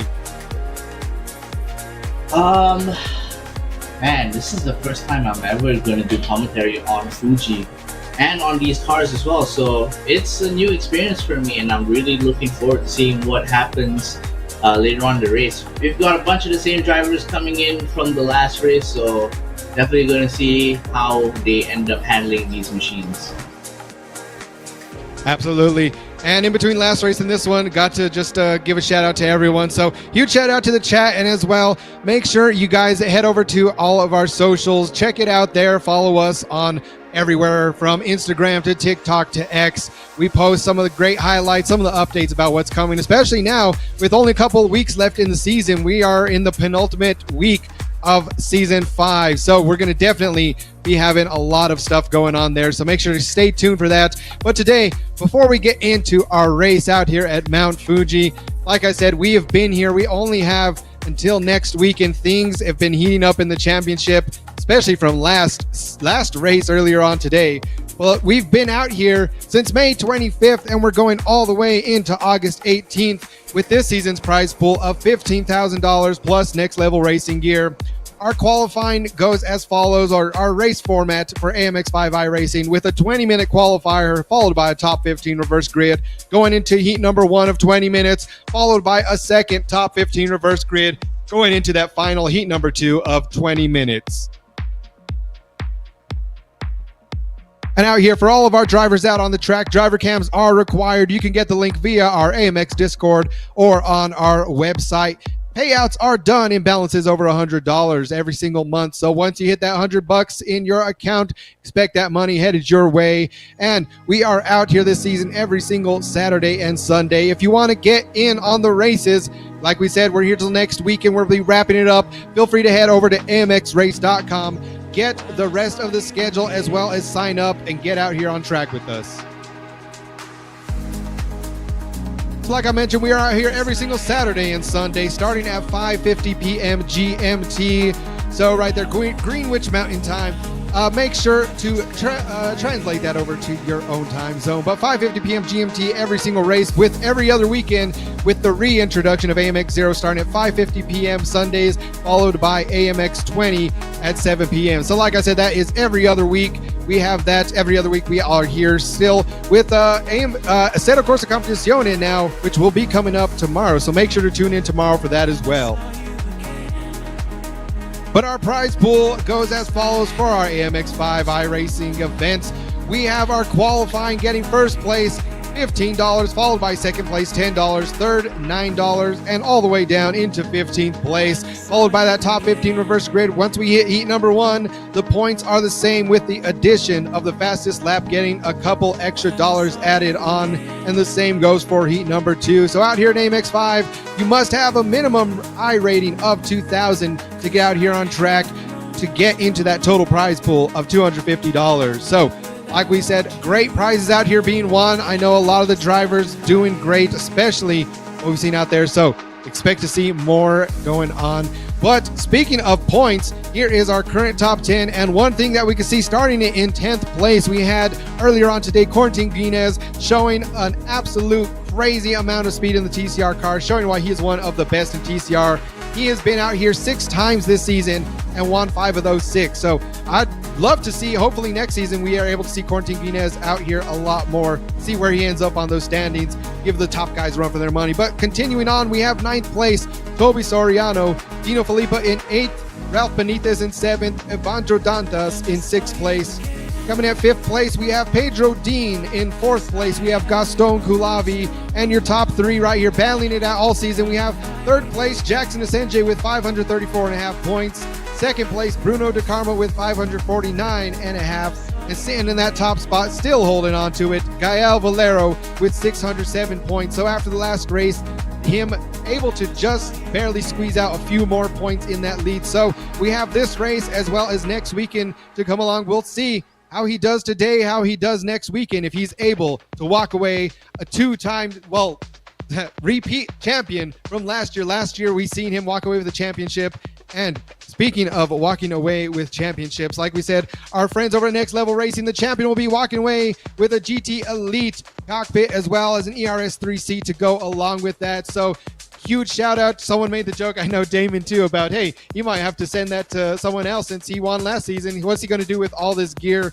We'll have to wait and see as we have next weekend to still figure out who's going to be taking home this awesome prize. But Damon, I mean, we love to talk about prizes, but also we love to talk about what we're racing out here. We already mentioned it, Mount Fuji. I'm looking forward to this one so much. Yeah, and you pointed it out. Of course, we are on we are not on Mount Fuji. We're at the Fuji Speedway, which is located at the base of Mount Fuji in the city of Oyama in the Shizuoka Prefecture in Japan. Opened in 1965, was actually closed in 2003 to undergo a major redesign, and then reopened in 2005 with the current layout that we will be driving on this time around. About 4.48 kilometers, that's around 2.5 miles long. So it's a very, very high-speed track with a couple of slow sections in the back half. But you can see on the track, on your screen right now, that long start-finish straight is where everything really comes together. Draft matters so much here, especially in the cars that we will be bringing on track this time around. And coming up on the screen right now, it is, of course, the Dallara P217 LMP2. 4.2-liter V8, 600 horsepower, less than a ton, sequential gearbox, rear-wheel drive, absolute aerodynamic beast. In fact, I think the last car that Dallara designed before this one was in fact the Audi R18 TDI. So they've got a bunch of experience in it, and it definitely shows in the build of this car. It's definitely going to be an interesting one to look forward to. Everyone will be driving the same car, so it is all up to driver skill this time around. And speaking of that, let's head straight into qualifying, shall we? Absolutely. So, like we've seen, I'm sure we're going to have a few drivers that we already got to see earlier on today, now out here in the second race of the day. So a couple of drivers, though, that we haven't seen that I am looking forward to. We have Peter Zuba out here today, as well as we have Ole Steinbrunnen. So a couple of drivers out here for some of the best sim racing drivers we get to see week in and week out. But like we said, Gael Valero came back today, Bruno De Carmo, Jackson Senche, Toby Soriano. So a lot of these guys we got to see earlier on. Now we'll get to see, they were driving front-wheel drive vehicles in the TCR cars. Now they are out here driving back in the rear-wheel drive. One of the most popular vehicles, of course. Every single endurance race, well, not every single one, but the majority of endurance races out here, we get to see these drivers in these cars. So definitely seen from some of the iRacing official events. You know, we see a lot of Team Redline, as well as out here the Sim RC racing team. So I know these guys are very comfortable in these cars. We'll have to see what they do out on track today. Yeah, definitely a familiar silhouette to those that follow competitive iRacing here. And these drivers definitely tested these cars in battle, of course, so they're definitely going to have some experience with them.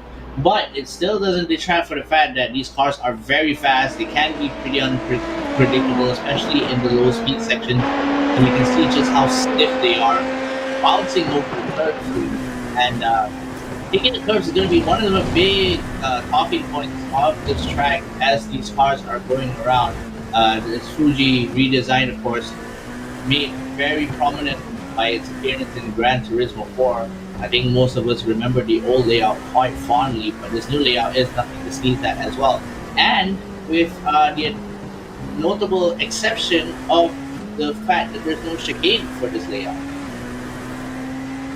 Yeah, so I expect these cars are going to be picking up immense amount of speeds, especially right here that we can see on the home straight.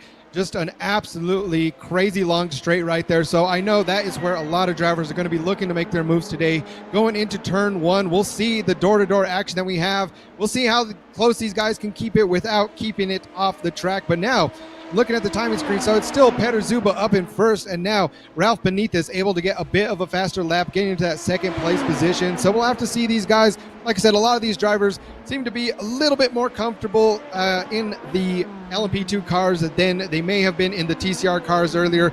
We got to see earlier on Quentin Guinez showing absolute amazing pace and ending up in the top 10. So like we mentioned, he has won 5 of his 6 races that he's been out in AMX this season. So we wished he would have been out here to be in the LMP2 cars, but like we said, we know a lot of these guys that they have a lot of other things going on, especially right now. We're kind of in the midst of a lot of the Pro Series going on with some of these guys. A lot of these people out here doing different leagues. Summertime, like we know, will be coming to an end pretty soon. So a lot of these guys trying to get in as much driving as they can. So we'll have to see how that plays out as well going into next season's races, which make sure to stay tuned. Like I said, all of our social media, stay tuned on here, and we'll just have to wait. We can't say anything just yet about what we have going on for next season, but we've definitely been paying attention to what the fans have loved, what the drivers have loved.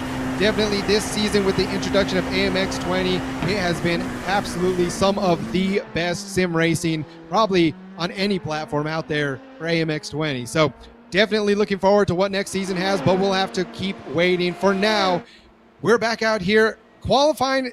I mean, like I said, we're only about 13 minutes into qualifying. Peter Zuba has a really good chance at setting the top lap. He's been holding on to that for quite a while here in qualifying. But these drivers, once again, settling in, only expect those times to get faster and faster. Yeah, and you can see just now when we were on board with Toby Soriano how fast these cars can get near the end of that straight, going up to about 280 Ks, which is nothing to sneeze at. But that is why the straight is so important for these cars, because they're so heavily geared towards downforce. When you get a draft, the speed gain that you get is more than enough to put you in a prime spot, prime opportunity to overtake, especially at turn 1 here. You can see that you can definitely feel the action is going to be concentrated really on that one segment of the track, because you don't want to end up breaking too late to get the corner, you don't want to end up breaking too early and starting off the speed, not getting the line you want. So it's a little bit of a tightrope balancing act between how you want to take a corner. And even though it's really sharp, it's also a really wide corner, so you could end up being forced off as well, and that presents another opportunity. So really, when we talk about this track, the one thing that you have to pay attention to is turn 1.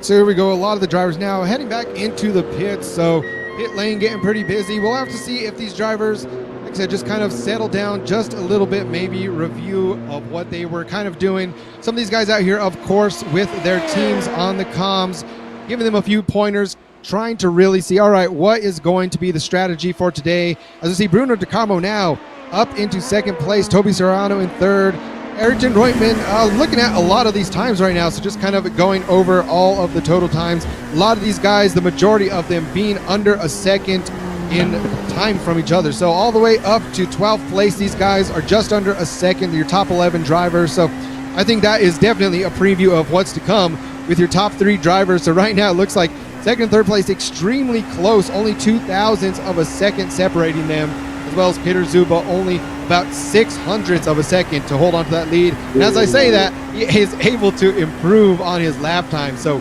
126.858, putting him about half a second now over the other drivers. So you can see the smile on his face. He said, all right, I'm out here. I have the pace to win it all. We're going to have to see if he can. I have no doubt. But like we said, with that top 15 reverse grid, to do that, he's going to have to fight his way all the way through all the other drivers. Yeah, Peter Zuba flying through qualifying right now, blistering time set by him. And I'm kind of surprised that Gab Valero isn't really out doing any more flying laps, because Bruno De Carmo is at least 3 positions ahead of him. And with the standings the way they are now, you really don't want to be losing more points than you can. But, you know, if he feels like he can't go any faster, then that's really up to his prerogative. You've got about 3 minutes left in qualifying, so not much time left. You can at most squeeze out only 2 more laps from qualifying. So we'll have to see what happens during the first heat later. So just like that, we are under 3 minutes now in your qualifying session. So Peter Zuba in first, Bruno De Carmo in second, and Toby Soriano in third. Those guys, super close times. Like I said, especially between second and third place, only a couple thousandths of a second between them. Right now we have the Team Redline driver, Ole Steinbroughton, out here so far with a 127.518. So he's in the middle of the pack. Like I said, some of this getting used to the track, getting used to the car, especially I think one of the big things that maybe a little bit of a challenge just to get used to the car. A lot of these top sim racing drivers, they have their setups that they go to for other events that are open setup. Out here, we like to challenge the drivers and have them all on fixed setups just to make sure that, okay, it's not the setup getting the wins out here, it is the driver. So putting them in the same car, the same setup, really just seeing what they can do with what we give them. And so far, all season long, it has been some of the best racing that we've ever seen. Yeah, as you say that, Evandro Dantas overcooks that corner and then just goes off. And yeah, like you mentioned, the amount of car variety that we see on AMX Season 5 here really shows you just what certain drivers are more proficient in than others. Like, we know for a fact, Gal Valero, he loves those TCRs. In fact, he's one of the best drivers in them. Hasn't really delivered the same level of skill or potential that he can with the other classes of cars, but on account of his just overall amazing driving ability, he's still at the top of the leaderboards right now. Some of the other drivers you can see on the screen as well. We're on board with Pedro Mora right now, going for his final flying lap here. He won't be able to set another one. Unable to improve, however, and he's going to be standing there in that P10 spot in Villarreal and Tim State as well, running out the back of the pack with 14 drivers on the grid. So all these drivers are going to be shuffled for P1. Less than a minute left. We're just going to have to see what happens at the start. So like that, we are in our final minute as now Ralph Benitez getting in the last minute qualifying. So bumps him up into second place right in front of Bruno De Carmo. So these guys still not able to get quite on pace with Peter Zuba, but that is just qualifying. The biggest thing I'd say going into heat number one is going to be how consistent can these drivers keep it. Of course, out here, a lot of them are very used to these LMP2 cars from a lot of the iRacing official events, as well as some of the other leagues that these guys are in. So we'll have to see some of the best racing out here. This high downforce, I know that home straight is going to be where we're going to see a lot of the action. So when we see them going to that final turn, make sure you have your popcorn out, because we're going to see some epic highlights going on. But with that, we have come to a qualifying end of the qualifying right now. So as things close out, here's we get an overlook of the track with the beautiful Mount Fuji out there in the background. I think honestly one of the most scenic racetracks out there, especially seeing some of these a little bit more when there's still snow on that mountain. But right now, your BenQ session winner, Peter Zuba, out there with an absolutely insane lap, a 126.85 seconds. Man, just flying out there. So I'm almost at a loss for words of, like, I love seeing these guys how quick they're. Also, second place, Ralph Benitez, just 0.3 of a second behind. Third place, Bruno De Carmo. Fourth, Toby Soriano. Fifth place, Gael Valero. Sixth, Jackson Sanjay. Seventh, Pedro Dean. Eighth, Ole Steinbroughton. Ninth, Gaston Kulavi. 10th, Pedro Moura. 11th, Ayrton Reutmann. 12th, Diego Villarreal. 13th, Evandro Dantas. And rounding it out in 14th place, we have Tim State. So great to see Tim back out here. I know got to race last weekend, and I was kind of hoping to see a few of these guys. I got to see a lot of them. I know great being able to kind of battle against some of these guys in the AMX Zero, that they still showed up for that, as well as really kind of learn from them, get to see what they're doing different. So we'll have to see. Like we said, Damon, these are the best of the best drivers in the world, as long as a bunch of up-and-comers. We'll have to see. I know we got to see a couple seasons ago, Gustavo Ariel was an up-and-comer, now one of the best sim racers. And we'll see how many of these guys also get into real-life racing that aren't already there. So I know he got drafted recently for another professional contract, as well as a few other people. But I love just seeing the community as a whole, seeing you guys out in chat. But this is our grid as it sits. Tim State sitting on that pole position. Yeah, and AMX5 really is the best place for drivers to improve at a rapid pace, because you just have drivers of all skill levels being able to compete together, and really just goes to show how much you can improve. You can see the starting grid there is Tim State on the top there. With the other three drivers, we have David Villarreal down there as well. And they will be going out for a parade lap this time around, a formation lap before they sprint doing the start finish straight, rolling start here. It's going to be really interesting to see how they settle the launch. And the turn one action is going to be insane. And looking out there, I mean, everyone's gotten so used to the Porsche safety car out there leading these formation laps out there in case there's a yellow flag, which we don't, we don't believe in yellow flags out here that much. We have them push it hard. We want to see what these guys can do, but so you won't really be seeing many yellow flags, if really ever, out here in AMX. But like we said, hey, who knows for next season what we have in the works, what different, if there's going to be, I mean, I can guarantee there's going to be a lot of the same, but you'll just have to wait and see what is going to change. And that's all I'm going to say for now, as these guys are getting ready to go green out here. AMX race 42, heat number 1. We are coming on to the final stretch as the Porsche safety car getting ready to head back into the pits. Let's see how this goes. Lap number 1. Ooh, just swerves into the pits. Safety car there, doing a little bit of dangerous driving himself. As Tim State leading the formation, coming into the start-finish straight there, you can already see there's a bunch of cars coming in at full speed. Green flags are off. Here it comes. Oh, look at them speeding through the lane. Gotta make sure they don't get into any unwanted accidents just before turn 1. Here they come. Some cars going 3 wide, some cars going 4 wide. Gotta avoid as much contact as possible.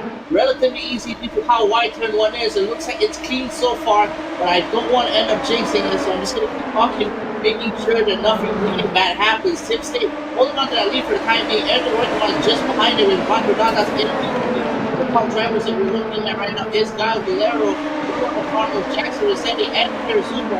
Still around the back of the pack right now, but they're going to be making that way up very, very short. And that's one thing that I love about Fuji out here, just how wide the track is. Really allows for a lot of these drivers to, I'd say, safely get along side by side, really try to get some of those outside lines. As we can see here, we just want to start 3 wide. You don't see that very often at the track, and the guys keep it on there, but oh, now a couple of guys going out wide there, but still Tim State, Ayrton Ruitman up front. We'll have to see. We know Ruitman had the pace during the qualifying, so he's able to overtake that here pretty soon, but now the battle's ensuing in the middle of the pack as well. That whole thing just shifting back and forth, everyone going side by side, going on door to door. I see someone right now asking, is Steinbrotten on Team Red Line? Yes, Steinbrotten is the solo Team Red Line driver out here, as well as like we've seen out there, Peter Zuba, Team RC. We have the Delete Esports guys out here that we see them every single weekend, so love to see all of these guys, especially the ones that we get to see in a lot of these pro events, in a lot of the iRacing official events, coming out here, laying it down in AMX. So we'll have to see is now Tim State still holding on through lap number 1 onto that top spot, as well as Ayrton Ruitman in second, Gaston Kulavi in third. This is one of the cleanest race starts I've ever seen in my life. We've gone through nearly a lap and a half without any major incidents, and Tim State is still holding on to that lead right now. That's the thing about these high-speed courses. You really don't have too many opportunities to show off what you excel at cornering over the other drivers. Tim State is doing a really good job of holding on to the lead right now, but I might have spoken a bit too soon. Here comes Aaron Reutemann trying to pull alongside him. Unable to do so just yet. Gaston Kulavi also in a pretty high position for the time being, keeping Evancho Dantas at bay. Here it comes into the chicaneless corner for this track. And I just love watching people drive at Fuji. I watch Super GT quite often, and even back then when it was called JDPC, and oh, what a beautiful track. Brings back a lot of memories. And seeing that, so like I said, I think Ayrton Ruitman, he knows that he has the pace over Tim State of overall pace. I think right now he's going to wait until this final corner, wait to get a good look, because he's also worried a little bit about Gaston Kulavi right behind him. So the two Argentinian drivers, of course, on separate teams, so they are definitely might help each other out just a little bit, but at the end of the day, you know, Ayrton Ruitman wants to get that win, wants to be on that top spot. Like I said, so now into lap number 2, still a train of 3 cars. So these guys still being pretty polite. Like I said, I think the biggest thing is they know they don't want to make a move too early. They don't want to be a bit too aggressive because, like we've seen in the past, until they get in that full groove, until those tires are all the way warm, until those brakes have heated up all the way, they don't want to make the mistake of going in for a move bit aggressively, because that's really what we're going to have to see out here at Fuji so far with these cars, how much horsepower it is. Oh, right there we have Kulavi. Looks like he just got into the end of Reutemann just a bit, so glad those guys are able to keep it back on track. We might have to see, I'm not sure if they touched exactly right there or if they were just, centimeters away, but nonetheless, it's still 1, 2, 3, Tim State, Reutemann, Kulavi. But like we said, you mentioned it earlier, Damien, this is a really hard place to really set up the pass. So you have to really be thinking at least 3, 4, 5 turns ahead of, okay, I need to see where I'm at right now, but I need to have a plan of attack of when am I going to make that move, when am I going to try to do it. So I think a lot of mind games are going to come into it here. Just try to make that driver in front of you a little bit nervous, try to get them to force a mistake and take advantage of it. Yeah, and Fuji in general is designed relatively safely. There's so much of the track that's so wide, and it really gives you an opportunity for something to happen. And you can see Reutemann here in the draft, trying to see if he can make it past Tim State just before the end of turn 1. Pulling alongside him, racing a little bit earlier than Tim does, trying to see if he can get a nicer line in there. Oh, bit of a shot from Reutemann into the back of Tim State's car, and he takes out Petrovic as well. Yeah, so we'll definitely have to see what happened there. Like I seen from that camera angle, I'm not sure if Tim State might have tried to carry a bit too much speed and started losing that rear end, but unfortunately ended up going all the way around right after that from Ayrton Reutemann. But that leaves, right now, Ole Steinbratton able to take advantage of that and start gaining a lot of pace upon these guys. So Gaston Kulavi now able to get up into first place. Ayrton Reutemann still sitting in second place after that, and Ole Steinbratton now in third place. So a lot of those guys trying to just avoid the wreck, not get caught up into that, but it looks like Ralph Benitez unfortunately might have, as he is one of the drivers in the pits right now. So like I said, we'll just have to wait and see what happened on the replay. How close did they get? And if that was really Tim State just pushing a little bit too hard and spinning out, or if he had a little bit of help from the driver behind him. But right now, it's up to the top 3, Kulavi, Reutemann, Steinbratton, to see what they can do. And I expect this right now, lap 4 of 14. Things are about to heat up out here, Damon. Yeah, Ole Steinbratton, the only Norwegian driver we have on the grid this time around, is going to see if he can make it past these 2 drivers ahead of him, which is kind of really swerving there, doing a bit of defensive driving is Kulavi, trying to keep Reutemann out of his draft. Not really working out, as we're going to cut to a replay of what happened there at the beginning of turn 1 last lap. Here it comes, Tim State goes in for the turn, so does Ayrton Reutemann, but looking here on the slow motion, you can see Tim State might have slowed down a bit too much. Reutemann wasn't expecting it, and he just shunts into the back of Tim State's car, putting him out. Picking up Pedro Dean alongside with him, Gaston Kulavi managing to dodge, so does Steinbratton. Yeah, and he has Pedro Dean back on the re-entry. And I'm not entirely sure why the other 2 cars ended up in the pits. Maybe there was another separate incident there, but whatever it is, right now, the positions have completely flipped, and Val Valero is now in P5. Yeah, looking at that replay, I mean, I want to give a big kudos to Pedro Dean, because right there, the reaction that it took to be able to avoid the initial incident, only to have it on the backspin. Unfortunately, the rear end of Tim State still spinning out, just barely clipping him, and that too. So that is the hard thing about these, is these guys are driving so quick around here. They're getting super close, but unfortunately, just like that, it takes the littlest of things, especially once you get into those low speed corners. You don't have the downforce to help you out going into those tight turns. So now we'll see, though, is Gael Valero looking to make a run over Bruno De Carmo. So guys out here, the top 2, these guys been battling it out for championship points currently. We'll have to see. Gael Valero looking to keep on to that lead now, looking for the move on the outside, but Bruno De Carmo doing a great job holding that defensive line as they come in now. Door to door, these 2 drivers, but as well, they have their work cut out for them in front, as we see Gaston Kulavi going for the move over Ayrton Reutemann. Again, those 2 guys going side by side. So now it's still Kulavi, Reutemann, Steinbratton, your top 3 out here, going into lap number 6. Oh, dang. It's almost halfway point of the race right now. Ooh, you can see Bruno De Carmo trying to make a pass onto Steinbratton. Looks like he manages to secure it, but Steinbratton might go in for the end of the assault. They're switching positions yet again, but Gael Valero seizing this opportunity to battle in front of him is heating up, and he's going to take full advantage of it. You can see wonderful camera angles from our producers here, and oof, just look at how much camera shake that is. You can just definitely see how stiff the cars are as they're navigating this track here. Valero still holding on to the back, waiting for something to happen. Reutemann is fending them off. There is less than a second and a half separating P1 and P5, and Perezuba on track to match his qualifying pace. Reutemann is also closing the gap, so we might end up seeing a 6-way battle for P1 here. So here we go, folks. Now, as we are just into lap number 7, your top 3, Gaston Kulavi, Ayrton Reutemann, and Ole Stein-Broughton, still battling it out. So right now, though, it looks like we have a 5-car train going in towards the front. So we'll have to see what these drivers are able to do to hold on to it. Like we've seen Bruno De Carmo making up pace, getting into a great position to hold on to that 4th place right now. But Gael Valero also, they were door-to-door, side-by-side earlier. So now, even though that these guys have formed a train, I know we have hit the halfway point. That is generally the point when you see a lot of these guys trying to see, all right, it's been this close. We're going to see how close we can get with each other. How much more can I push this vehicle? How much can I get out of these tires? But like we said, with it being such a wide track, there's so much room for these guys to try to get on the lines, especially, I'm not sure if these cars have quite enough of the downforce to be able to hold a really good outside line, but definitely they're going to be giving it a shot out here today. Yeah, I agree with you there. The downforce is a boom, especially when it comes to the high-speed sections. But in the low-speed sections, it really can be a detriment to how well you can take certain corners sometimes. If you're just completely so used to the downforce at high speed, the low speeds, when the mechanical grip runs out, you just end up getting caught by surprise.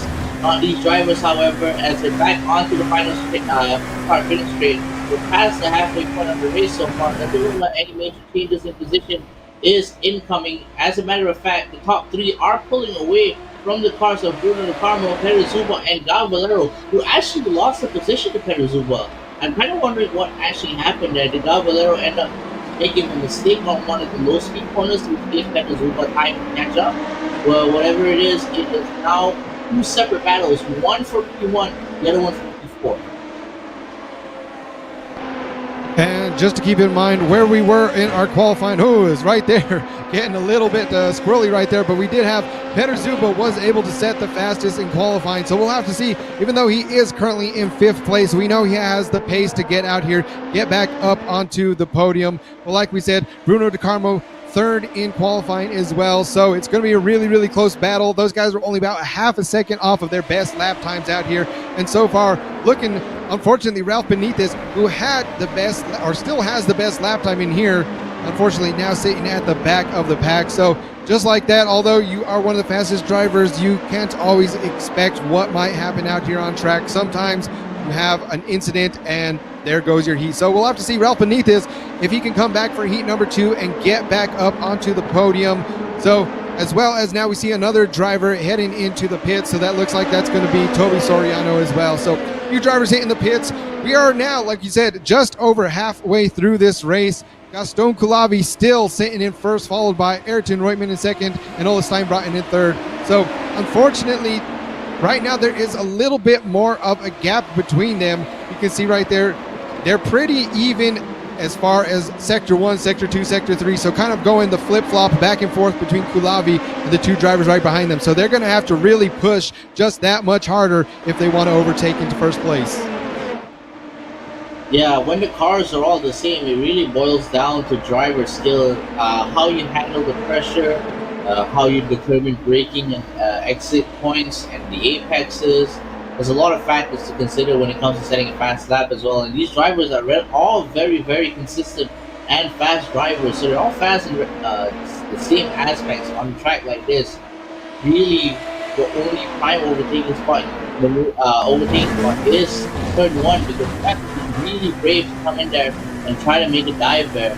And for the rest of the track, because it's so wide, there is a single good line. There is also multiple other good lines that you can take to still maintain the speed, because you don't have that much you have a lot of room before you end up running off the track.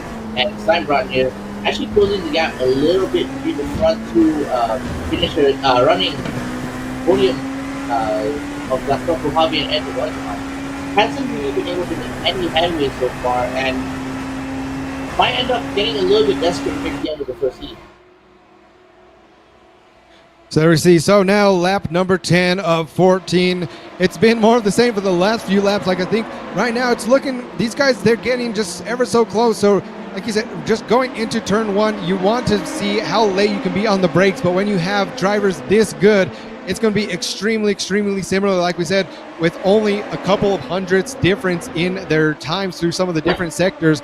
So a lot of these guys, all of them, it's going to show everything that they have learned so far, how this course is out here today and how these cars are handling. Right now, it's about 32 degrees out there, only 44 degrees on the track. I say only, I mean, that's still pretty warm. But for a lot of these, looks like knowing this track, since it has such a long straightaway on the front, these cars do have a little bit downforce, a little bit less downforce than we may see in something in a little bit of a tighter track, some more big sweeping corners. Some of these, you see these drivers having to slow down a lot more on some of these turns than probably we would see them on other tracks. So like we've seen earlier on, right there, just a lot of, I'd say right on the edge of oversteer for a lot of these drivers. So already they're pushing these cars to the absolute limits. The heat isn't helping out with the tire wear that much. So as long as they can keep it clean and not make mistakes, I mean, this may very well be where we see our top three at the end of heat number one. Yeah, definitely, and I'm glad that you mentioned tire wear, because the way that these drivers drive will also determine whether or not they'll be in top condition for the final sprint at the end. As you mentioned before, a lot of these drivers, they're equally fast, but they have wildly different driving styles, which may factor into how they perform near the last 10% of the race. And in this instance, I think that last 10% is going to be what defines the finishing positions later on, as it comes Bruno de Carmo. He's coming in really hot onto the back of Steinbrenner here, feeling a little bit of pressure. Is Steinbrenner going a little bit wide? Peter Zuba's also there, waiting to see if something happens here. Coming along the outside, not really close enough to Steinbrenner to try and make a move. Steinbrenner definitely knows that he's there right now, feeling the pressure, and Bruno de Carmo trying to close the gap between him and Dal Valero in terms of championship points. Is going to be driving his heart out here. Ooh, a couple of wheels on the grass there, but he actually gets quite a bit on the exit, tries to go for the pass into the final few corners before the start-finish straight. Steinbrenner's having none of it, however. He's going to try and defend, closing the doors onto Bruno de Carmo there, but it is a right-hander this time around, still closing in, forcing Steinbrenner to go wide is Bruno de Carmo, and he takes that position. But you're on the start-finish straight, you're pulling alongside side by side. Who's going to end up with a better run into turn one? So just like that, we have the battle between Bruno de Carmo and Ola Steinbrenner right there. So as we can see, those two drivers right now, they still know they have to work together just a little bit, even though they're battling it out on the home straight. We have Bruno de Carmo getting the inside line. Will he be able to hold on to it as Steinbrenner looking to get the pass back? But no, it does look like right now on the rear end, Bruno de Carmo holding on, making the pass into third place. So Steinbrenner, though, knowing the turns that are coming up, he's going to try and get back side by side. But still, overall, beautiful move by Bruno de Carmo. Really right there, just showing, trying to play it smart, knowing that they are very, very equal, these two drivers, and coming away into third place. So now, if those two battling it out just a little bit, that's starting to leave a little bit of a gap between Kulavi and Reutemann. So we'll have to see Steinbrenner and Bruno de Carmo right here, going to keep battling it out. But also, I see the shadow there, right there behind Steinbrenner, and we have Peter Zuba, so another amazingly fast driver. We know he has the pace, and that might be the battle to watch going into these next couple of laps. Yeah, as you're saying that right now, Peter Zuba looks to try and make a move on Steinbrenner this time. Dal Valero is just hanging back, making sure that he doesn't get caught up in any shenanigans that might occur if they get into an incident. But Steinbrenner losing a little bit of time to Bruno de Carmo there. Bruno de Carmo is going to begin his attack right now, just increasing his pace to the point where he's just flying away from the rest. Wants to get out, wants the other drivers to get out of his draft so they don't end up with the advantage on him. But you can see we have Peter Zuba's rear bumper cam. Dal Valero is still hanging back. These 600 horsepower behemoths are just navigating this track ever so gracefully. Gaston Kulavi holding on to the lead since the start here, but Reutemann, fishing for an exit there. He goes really narrow on the exit, tries to get as much speed as he can into the next corner here. See if he can make it past Kulavi just before they enter the start-finish straight. We're on the penultimate lap right now, and it looks like positions kind of set in stone for the time being, but we still have to wait for the rest of the drivers.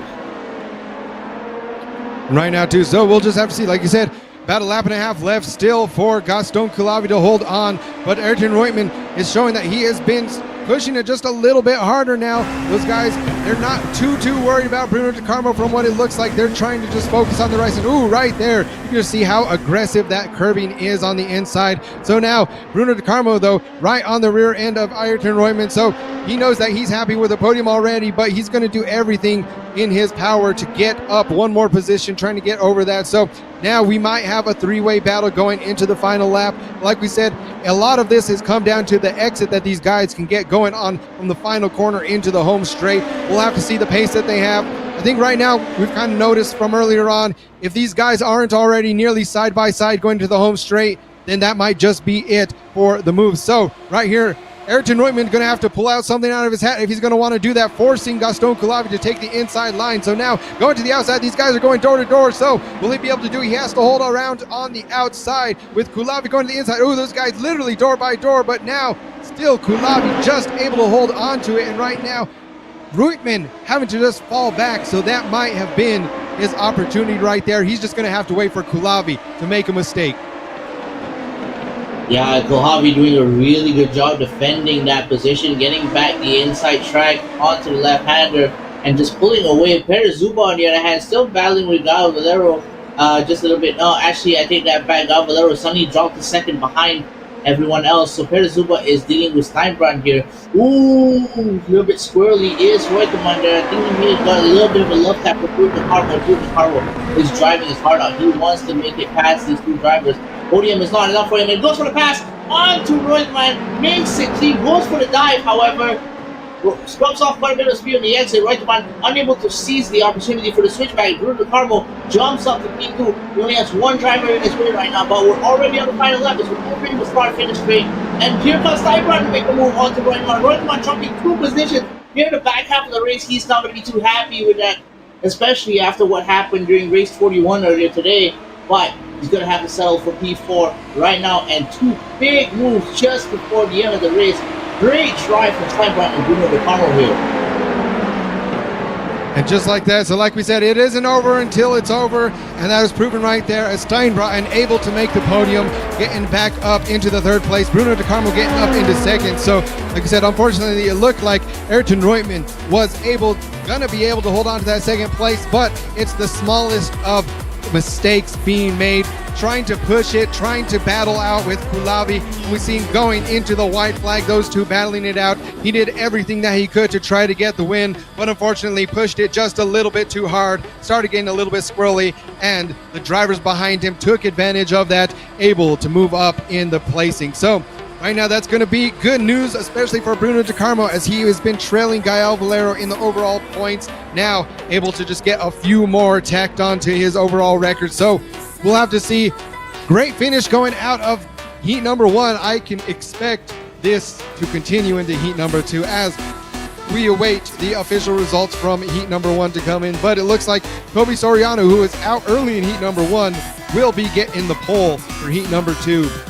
So, as we come in, man, that's just, I say those are the moments that we live for. Those are the things we love to see. Just when you think some of these guys, especially by Steinbrand, dropping back, looking like he might not be able to get on the podium at all, and able to get those last things. So we see right there, Gaston Coulibaly looks like he's trying to get a quick break, but your BenQ session winner, Gaston Coulibaly, heat number 1. 2nd place, Bruno De Carmo. 3rd, Ola Steinbrand. In 4th place, Ayrton Reutemann. 5th, Pérez Zuba. 6th place, so we see the fist bump right there from Gaston. 6th place, Gael Valero. 7th, Jackson Azenje. 8th, Pedro Dean. 9th place, Evandro Dantas. 10th, Diego Villarreal. 11th, Tim State. 12th, Pedro Moura. 13th, Ralph Benitez. And 14th, we have Kobe Soriano, with the fastest lap being set by Ralph Benitez. So, like I said, although he had a bit of an unfortunate heat number 1, falling back towards the back of the pack, he is now extending the fastest lap. So, with him being towards the front of the grid into heat number 2, we'll just have to see if he's able to walk away with the win, Damon. Yeah. More importantly, we'll have to see if the start of Heat 2 is as clean as it was during Heat 1. I might have just jinxed it by saying that, but I don't know, man. It's kind of like, okay, you know what the cars can do, you know what the track is like. Now is the time to really let loose, as they're on the formation lap now. Yeah, so a lot of these drivers really pushing it to, they're laying it out on the line out there in heat number 1. So we'll have to see. You definitely have to change your mindset when you go back into heat number 2 to say, all right, heat number 1, very intense. Things were getting a bit crazy there towards the end. Now, time to calm down, refocus. No, all right, my tires are cold. I'm already, and it looked like there's a little bit of smoke back there too, as I say that with cold tires. So a couple of these guys on the formation lap already locking up the brake just a little bit. But like I was saying, these guys really just have to get into that mindset as they come back out for heat number 1. Keep it clean. I'd say that is probably going to be the biggest thing out here at the start of this race. Yeah, and the biggest challenge for Bruno De Carmo right now is that we know that Gal Valero can climb his way back to the top of the grid from the back of the grid. Now the question is whether Bruno De Carmo can do the same, because that will really mean the difference between being able to close the gap in the championship standings and not being able to really solidify that position you're in. P2, nothing to sneeze at, of course, for overall driver standings, but we're definitely going to be want to be in a better position as the drivers are setting off right now back into turn 1. Hopefully making it clean as they're coming into the bend. Big hairpin here, going 3 wide, almost 4 wide in certain cases. Keeping it clean yet again into the start of turn 1. Fuji being wide really does play to the driver's advantages here. But the gap's already forming a little bit. Toby Soriano pulling along in the lead. Ralph Benitez not far behind him. Pedro Mora rounding up the current P3. Evandro Dantas in P4 with Tim State holding on to P5. Pretty good race for him, all things considered. Unfortunately, just ended up in a really unfortunate incident during Heat 1. So here we go, as we see Toby Soriano currently holding on to that first place position still, followed by Ralph Benitez, Pedro Mura in 3rd. So still, like you said, out here lap number 1, still going fairly okay, similar to heat number 1. So we'll have to see. Really, a lot of the incidents didn't start happening until these guys really started pushing it a few laps in.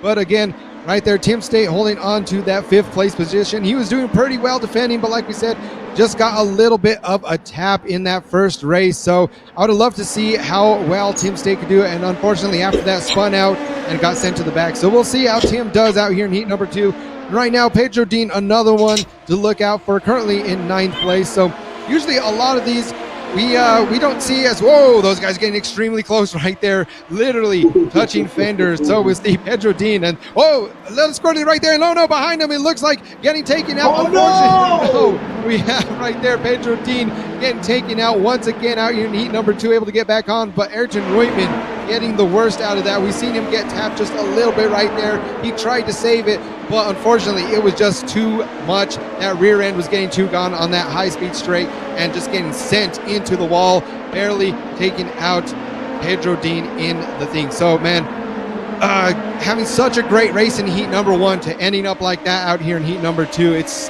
a hard thing to see, Damon. Yeah, I think I'm right in saying this is probably one of Reutemann's worst race days. I mean, yeah, he finished P4 in the first heat, but finishing P4 after spending so long on P2 really does put a damper in his spirit, and this just solidifies the deal. So Reutemann's not going to be really happy with the day. Hopefully he comes back tomorrow stronger than ever. Meanwhile, Jasper Descende was making it on the outside of Tim State, making the pass happen. Steinbrunn actually wants to make it pass as well. He will do that alongside Peter Zuba. So Tim State unable to defend as well as he did during the start of the last heat, but still holding on to that midfield position, as we're going to get a replay of what happened here. Everybody's trying to do it. And there we can see from the replay, just right there, you can see just getting right into that rear end, just barely clipping him, and unfortunately him getting sent into a spin and taking out Pedro Dean with him. So right there, it looks like it did start with the number 7 of Bruno De Carmo, and similar to what happened in heat number 1, just Bruno De Carmo had just barely gotten into the back end of Tim State, sending Tim State flying, and also taking out Pedro Dean in the process of that. So right there, 2 heats in a row. Pedro Dean probably having the worst luck out there today, in my opinion, of just barely getting clipped by someone else's incident, just trying to do his best to get on there. So like we see now, Pedro Dean still in the pits as well as Ayrton Reutemann. So I mean, that may be it for those guys. We really hope to see them back here tomorrow, try to get that redemption run. It's now, we see getting really close. Tim State, Gael Valera right there, nearly side by side. Tim State almost getting into another incident. So these guys pushing it super hard, and like we said, getting extremely close to each other. I feel like a couple of these that they've just barely touched each other. I mean, we'd have to see, as out here on Fuji, they're having to run a bit more down, a bit less downforce, just due to the very long straight right there. But now we can see right here, Tim State, Bruno Di Carmo again. Just Bruno Di Carmo going for the inside, just barely kind of drifting into him, sliding out, having a bit of understeer right there, and just, I mean, these guys are literally right on the very edge of grip out here today.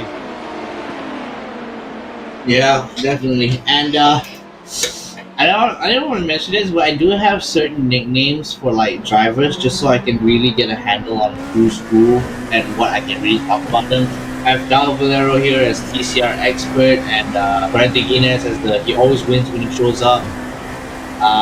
For Pedro Dean, I feel really bad for saying this. I have him tagged as collateral because he always seems to end up in these incidents where like he wasn't involved at first, but he just ends up being tagged in it, somehow involved in it. It's really unfortunate for him. And just like we see now, so a lot of people out here cheering on the Brazilians out in chat. So we'll have to see as we keep on going now. Ralph Benitez still holding on to first place, followed by Toby Soriano and now Pedro Moura. But Pedro Moura right on the rear end of Toby Soriano. So we'll have to see if these guys, will Pedro Moura be able to get that place. We're only on lap 4 of 14 out here, and it just seems like it's going just absolutely insane. I can't believe that there's been this much action in heat number 2, only being 4 laps into this thing. So, I mean, just right now, it's I'd say sometimes it leaves you a little bit speechless just to see how much has gone on, and not even halfway through the race. So I expect things to be heating up a lot more, as we've seen Bruno Di Carmo there being very aggressive, but now we see the battle between him and Gael Valero. Let's see if these two guys can keep it clean. I know Valero really looking to overtake him here, trying to get up, trying to overtake his leads in the points, but Bruno Di Carmo now making the move over Steinbrat, and right there, a beautiful move right at the last second to going into turn number 1. So Bruno Di Carmo still holding onto it right there on the outside line. Just like that, folks, a perfect picture of how you get that outside line to work for you. Yeah, Bruno Di Carmo, excellent driving technique there, making it past Steinbrat, really aggressive on the entry of that corner, and then you managing to keep as much speed as possible on the exit. Great for him. Making up 6 positions since the start of the race is a good look for him, definitely. Ralph Valero unfortunately hasn't been able to make any headway. Meanwhile, Ralph Benitez here on a bit of a redemption drive here, holding on strong to P1 with Toby Soriano 2 seconds behind him. So Ralph Benitez, barring any major mistakes, is probably good, on track to end up with at least 1 race win tonight. Meanwhile, the other drivers on the back here, Perez Zuba, really strong in qualifying, however was slightly unable to replicate his results during the Heat 1. Probably look to see if he can achieve better performance during Heat 2 here. Trying to make it past the car of Alejandro Dantas of the number 12 car here is Peter Zuba, and I can feel that he might be getting a little bit impatient. And just like that, so like you said, just being a bit impatient. We'll have to see how that plays into, because that's the last thing you want to do is once you start being impatient, you start pushing just a little bit harder than you probably should, and that's how you end up going into the wall. So we'll have to see is right there, a beautiful shot between Gael Valero and Ola Steinbrat. And so unfortunately, Steinbrat, and now he's still up 3 positions from where he started on the grid, but has now started to fall back just a little bit as these guys been battling it out. And seeing that too, of whenever these guys battling it out, when you have at least a 3 to 4 way battle going on between some of the guys, that is when some guys will just be able to make those super opportunistic moves, be extremely patient, and that is how you got to work your way up the grid. Just be patient, wait for the exact moment, and take it when it strikes. But right now we can see battle for 4th place going on, as well as a battle for P6. Oh, someone looked like someone locked up their brakes there. That looks like that might have been Donta, so we'll have to see back there. Oh, Jackson Assange actually locking up, ending up going all the way off track. So that looks like that will be his race for the day. Luckily, he's able to get it back onto the track. We'll see if he pits for damage or if he's able to keep it out here, stay back on the track. Yeah, seems like he managed to avoid that wall, but yeah, that's just the thing with these low-speed corners. Once you start really getting used to it, maybe you have a slight lapse in concentration, misjudge your brake timing, or go too hard on the brakes and then lock it up, as Jackson Assange just did. Here comes Valero trying to make it past Bruno DeCarmo, and he wants to finish ahead this time around after what happened the last heat. Looks like he might be able to do that just for the time being, as Steinbrunn is also behind him, so he's being sandwiched right now by two Europeans. And Valero going a bit wide on the exit there, scrubbed off a little bit of speed. Bruno DeCarmo sees this as an opportunity, and Valero didn't really do too hot in the first heat, and it might be due to those slight turn one mistakes where you just overshoot the exit a little bit. So there we go now, as we are about halfway through. Things definitely been heating up. I mean, I don't know if I'd say heating up because they've been heated all heat long. So heat number 2 has just been getting crazier and crazier as it's going on. And now we see Steinbronn now currently in 8th place, looking to make some moves out here. But like we said, I'd say right now the battle is definitely in the middle of the pack, as if we look towards the front, those guys are already getting quite a bit of a gap between them. So we're going to have to see what these guys can do for that battle for 7th place right now. Bruno DeCarmo still trying to hold on to 7th. But like we said, Steinbronn, we know that he's starting to see, all right, I was doing so well last time. I was able to get up there onto the podium right behind Bruno DeCarmo. So now this is the battle between DeCarmo and Steinbronn that we were hoping to see if we had a little bit longer of a race last heat. But now we're going to get to see it out here in heat number 2. Yeah, definitely. And regardless, here is the incident between Jackson Assange and Bruno DeCarmo. Looks like there might have been a little bit of a shot there. Yeah, a little bit of a love tap coming in from Bruno DeCarmo into Jackson Assange. So it wasn't the fact that his brakes locked up. He just got a little pit maneuvered into the barrier, actually managing to avoid crashing into the barrier. Massive runoff here at Fuji. Gets to recover, but he's not going to be too happy about getting cut off by his teammate.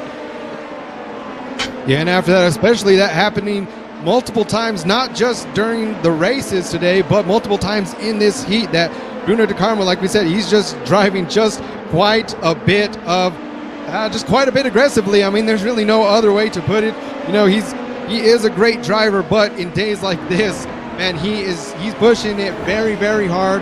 And unfortunately, like we said, in these cars, all it takes is just the slightest touch to get into those other drivers. So I'm not sure if it is just being used to the car, because I've seen him in other vehicles, and like we said, there's some places that we've seen clean races, and then there's other days like today where unfortunately these drivers just getting a little too close, pushing a little too hard, and unfortunately for some of the other drivers. So Bruno DeCarmo being the aggressor out here, still on track, and now Steinbronn knows if he's been able to see some of that or has someone on the comms with him saying, all right, you're going to have to make the move, but you're going to have to be a little bit careful out here today. So we'll see now. Steinbronn looking at the outside, and we see, oh no, right there, going into the pits is Bruno DeCarmo. So we might have to catch up with him later, see exactly what's going on. But like we said, now that leaves Steinbronn up into that 7th place position. So now the drivers have spread out quite a bit. It makes good entertainment what's been going on out here in heat number 2, but at the same time, you know, it's hard to be from a driver's perspective. So we might have to hear from some of these guys later on after the races to see from their point of view exactly how things played out.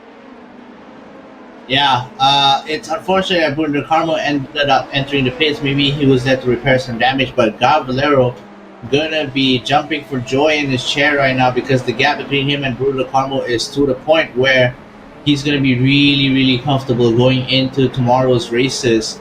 Meanwhile, Ralph Benitez is just pulling away from Toby Soriano. Almost 4 seconds is the gap between the two cars right now, so he's pretty much cruising to a relatively safe and easy victory if he can hold it together for the next 5 laps. Pedro Moura behind Toby Soriano in P3 right now is having to watch Peter Zuba breathe down his neck, trying to make it past and onto the podium.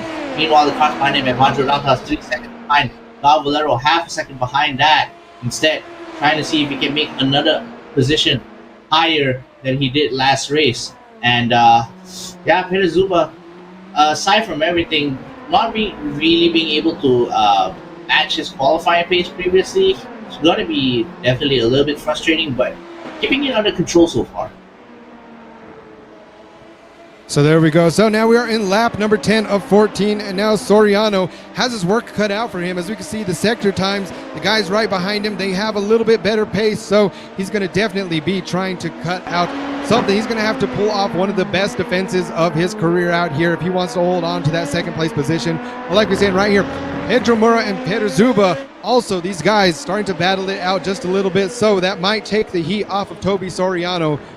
But speaking of the heat being taken off, people, Ralph Benitez so far has walked away with this race in heat number 2. Already almost a 4.5 second gap in first place between Ralph Benitez and Tobio Soriano in second place. So right now, this is going to be the battle for the podium going on, folks. Second, third, and fourth place, all going to be battling it out right here. So we'll have to see. Peter Zuba doing great in qualifying. We know he has the pace out here in these cars. And ooh, now right here we go, side by side in the number 11, Pedro Mura right here. Ooh, this is what we love seeing right here. The Delinte Esports driver now getting overtaken by the SimRC driver of Peter Zuba. So going side by side, trying to squeeze him to the outside, trying to hold onto the line. This is one of those things you want to do, but can be very, very dangerous. As we're getting a little bit of that. See how close that these guys are right now. We lost a little bit of a view from the camera, but just look how close these guys are. But we've seen drivers getting close, the likes of Bruno Di Carmo, and unfortunately ending up so them keeping it clean through turn number 1. Peter Zuba able to get into third place.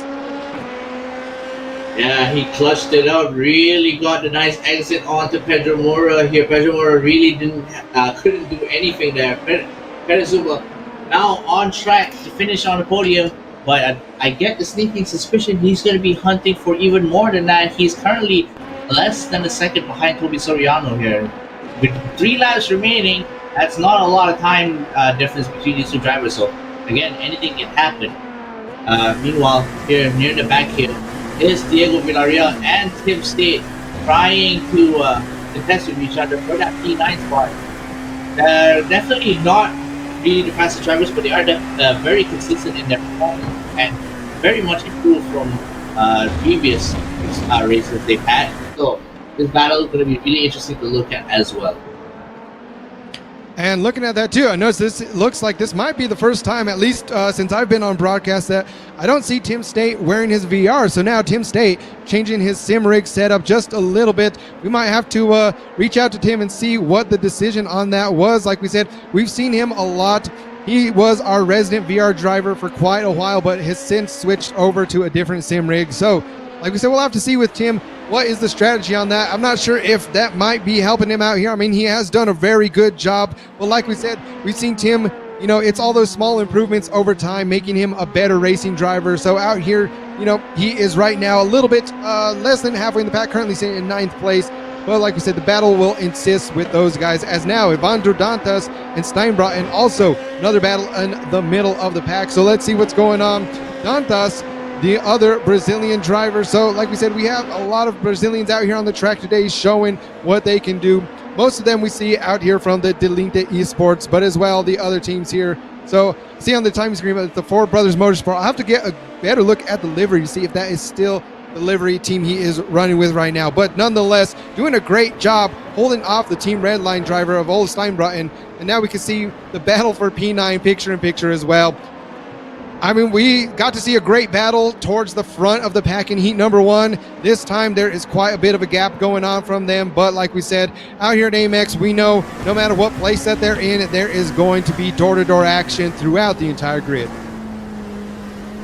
Yeah, and that's what I love about AMX, is that at any point in time, wherever you look in terms of the grid, there's always going to be a battle going on between any combination or any number of drivers, and that's really what makes it so interesting to watch, because you sometimes end up in these lull states, and when you do certain races where really nothing happens, you can't talk much about it. Oh, as I'm saying that now, Steinbrotten was trying to make a move on Evandro Dantas, but coming into the outside and then switching it back around for the better exit into turn 1. Looks like he wasn't able to do that, however, and it really circles back to the point I was trying to make about AMX just being completely action-packed and really enjoyable to watch.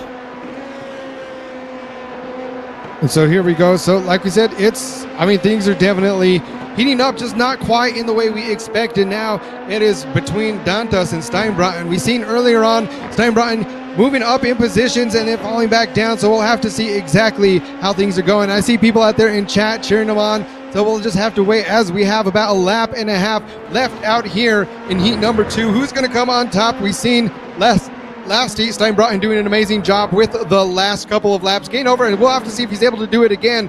Right now, get into that 6th place position. There's quite a bit of a gap between the other drivers ahead of them. It's right there, the inside move. Beautiful move by Steinbratton, able to overtake Dantas, but Dantas trying to peek back to the inside. We'll have to see as they get onto the final straight. Here they go, folks. A bit of a drag race. So not quite yet, as right there, Steinbratton using all of the track, able to hold on to it. I was waiting for Dantas to just squeak in, but nope.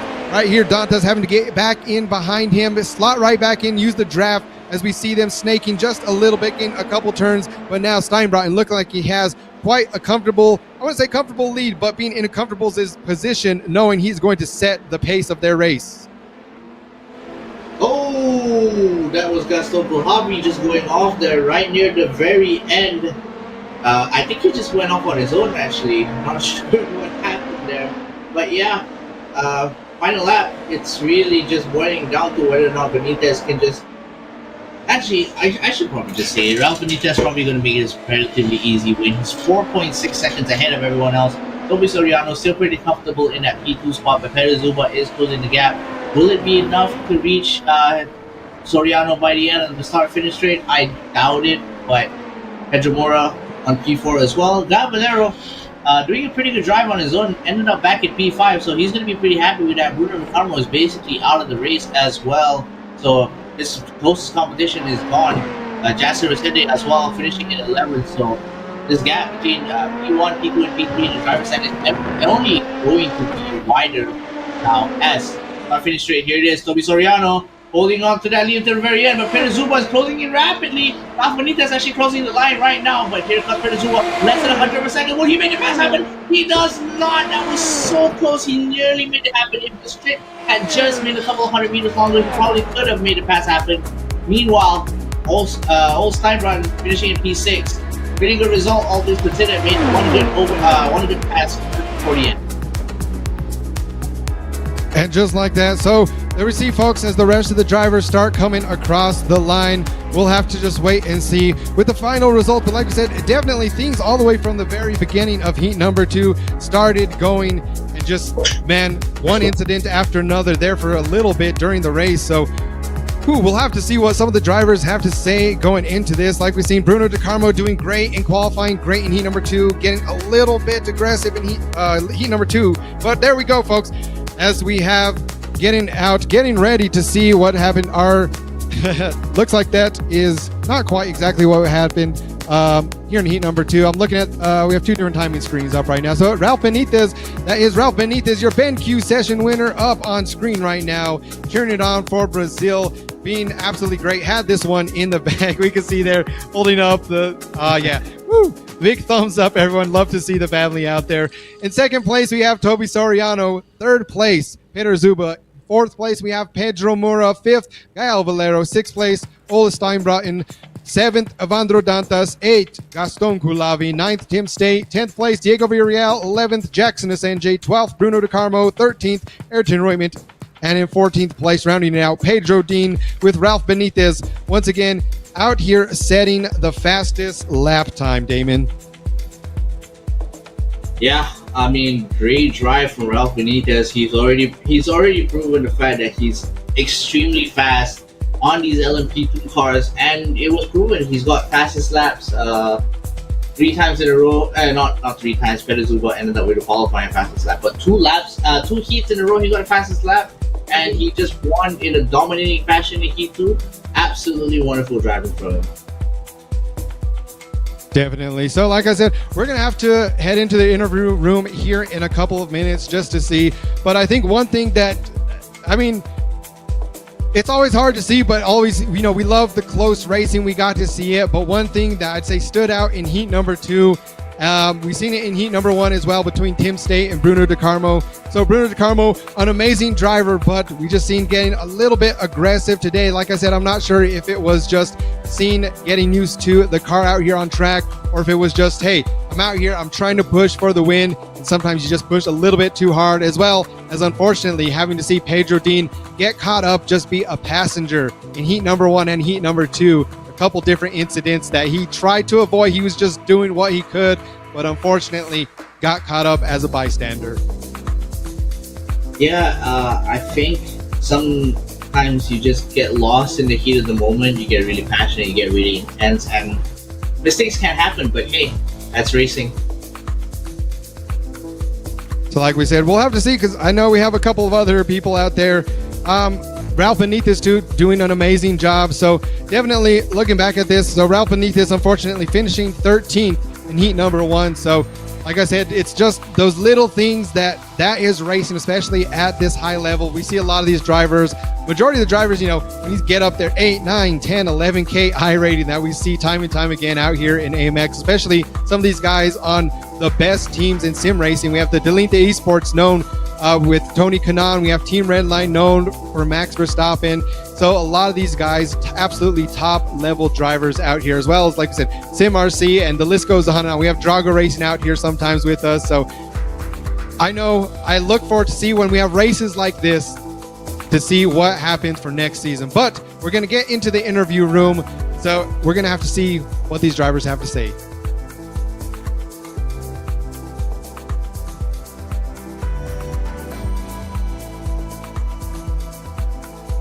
Hi, Ralph. How are you doing? Oh, there you go. Hi, Ralph. Hi. Congratulations on the Heat 2 win. I understand that your Heat 1 didn't really go the way you planned. So, why don't you talk us through how you managed to reset your mental for the next heat? Yeah, my first race was very bad, so I just focused in race 2, and I tried to keep Toby, but he make a mistake, so I can pass him and just focus in finish the race more fast I can.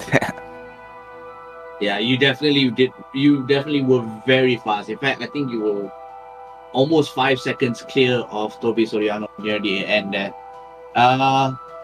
So you were in both the TCR race earlier today as well as the LMP2. Is there any way you can really explain the differences in controlling the car?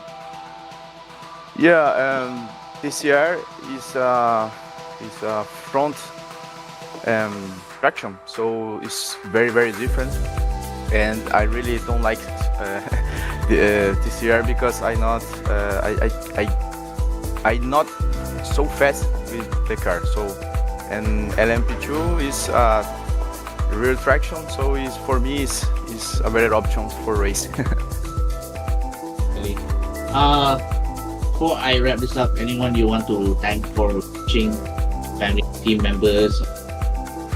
Yeah, just thanks for my teammates, Bruno do Carmo, Jackson, Pedro, and Evandro race with us, and thanks for Delinte, and thanks for my dad is watching the race, so thank you, Dad. Okay. And my son is here with me, and it's this. Thank you, guys, and see you in the next race. See you, dude.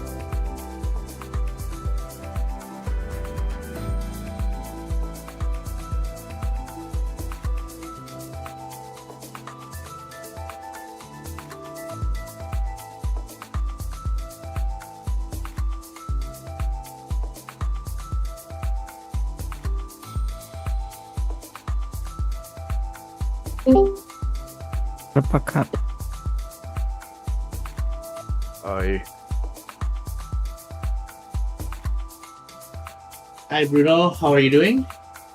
Good, mate. Okay, so I understand that you had a really pretty good Heat 1, but we couldn't replicate the same performance in Heat 2. Could you briefly explain what happened there? Yeah, sure. Yeah, we had a pretty good race. First race, I got the pace. I got lucky with some incidents. We were pretty strong. Got some opportunities to clean overtakes, and it was super good first race. But they say you are as good as your last race, right? So I'm pretty bummed because I ruined my teammate's race. I had a contact with him. I was pretty close to him. I was battling with him and with Gael Valero, and we were too close from each other. I was kind of distraction because Gael was trying to dive, and I lost the brake point and totally rammed him. So not that happy for that one. I already said apologize to him, but I'm saying again that that's not how we want to end our race here. Yeah, that's understandable. Sometimes mistakes can happen in the heat of the moment. Well, but you did relatively well in the first race of the night with the TCR cars, all things considered. So, how would you rate today's racing in general? Yeah, I think overall was pretty good. TCR is not my car at all. I feel like I have to learn a lot of how to do the front wheel drive, and it's totally different technique, and I simply do not know how to drive fast that car. But overall, the results basically was pretty good. Yeah. So, we've got about 3 race days left before the season ends. What are your thoughts on how the season has progressed for you so far? Yeah, I'm pretty happy with the whole championship. I think Gael, it's too much for me. He has a really huge gap already. He's so consistent every race, no matter how track, which car, and yeah, I thought I knew from the beginning that it was pretty hard to get him, but I'm super happy with all the results. I'm super happy with this championship. You guys are amazing, organizing the race. The race format is, I never experienced something like that. The idea to invert the grid since the qualify, it's amazing to me. We have every race, it's pretty crazy, and it's incredible fun. So congratulations to you guys, and I'm super happy to be here. Thank you so much. We're definitely glad to hear that. So before we wrap up this interview, is there anyone that you want to shout out, like maybe family members that are watching, or your racing team? Yeah, super thanks to everyone who's watching on my YouTube channel and Twitch channel. Everyone has that support me, and of course our team, the Linty Esports by Tony Canan, the Logitech, Toyota, and AGB. Thanks everyone. Thank you so much, Bruno. Good luck for the last 3 days of your season. Thank you, mate.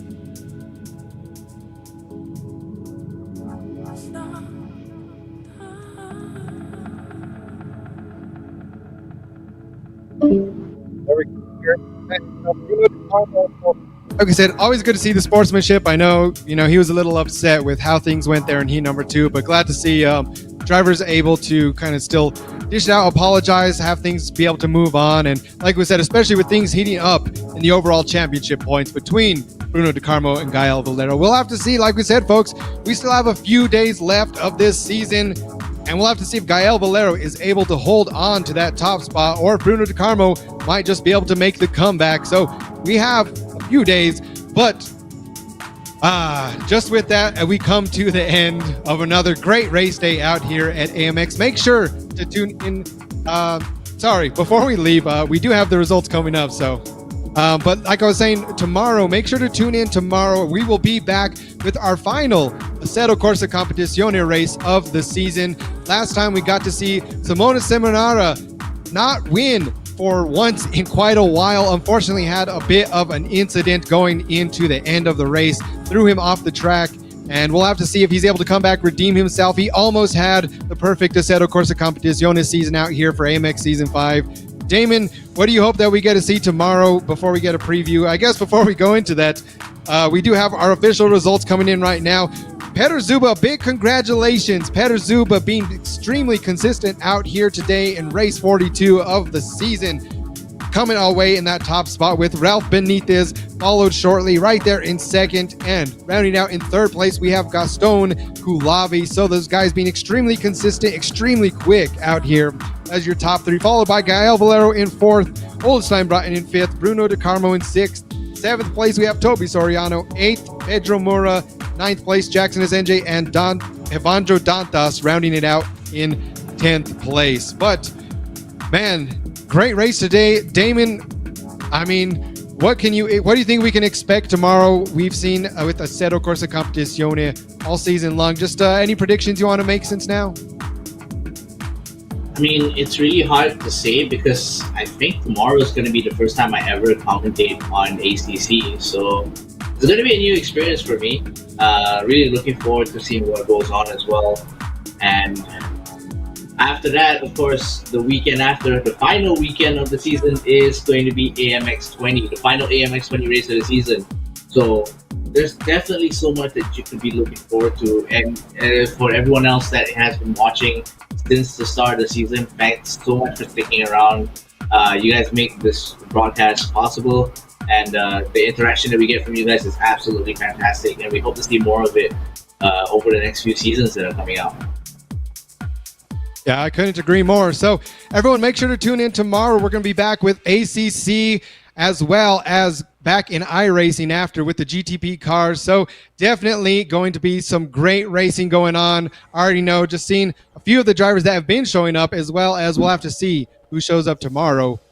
We'll have to wait and see for that. But enough of hints for that. Make sure, like I said, as always, follow us on our social medias as well out here every weekend during the season on Twitch and YouTube. If you want to catch any of the previous races, we have all of the VODs still on our YouTube channel. We're out here. We love interacting with you guys, but that'll be it for today. I can't believe it's already towards the end of the season. We have a few more to go, folks. Come back tomorrow. Stick around. Hang out with us, and we'll see you tomorrow.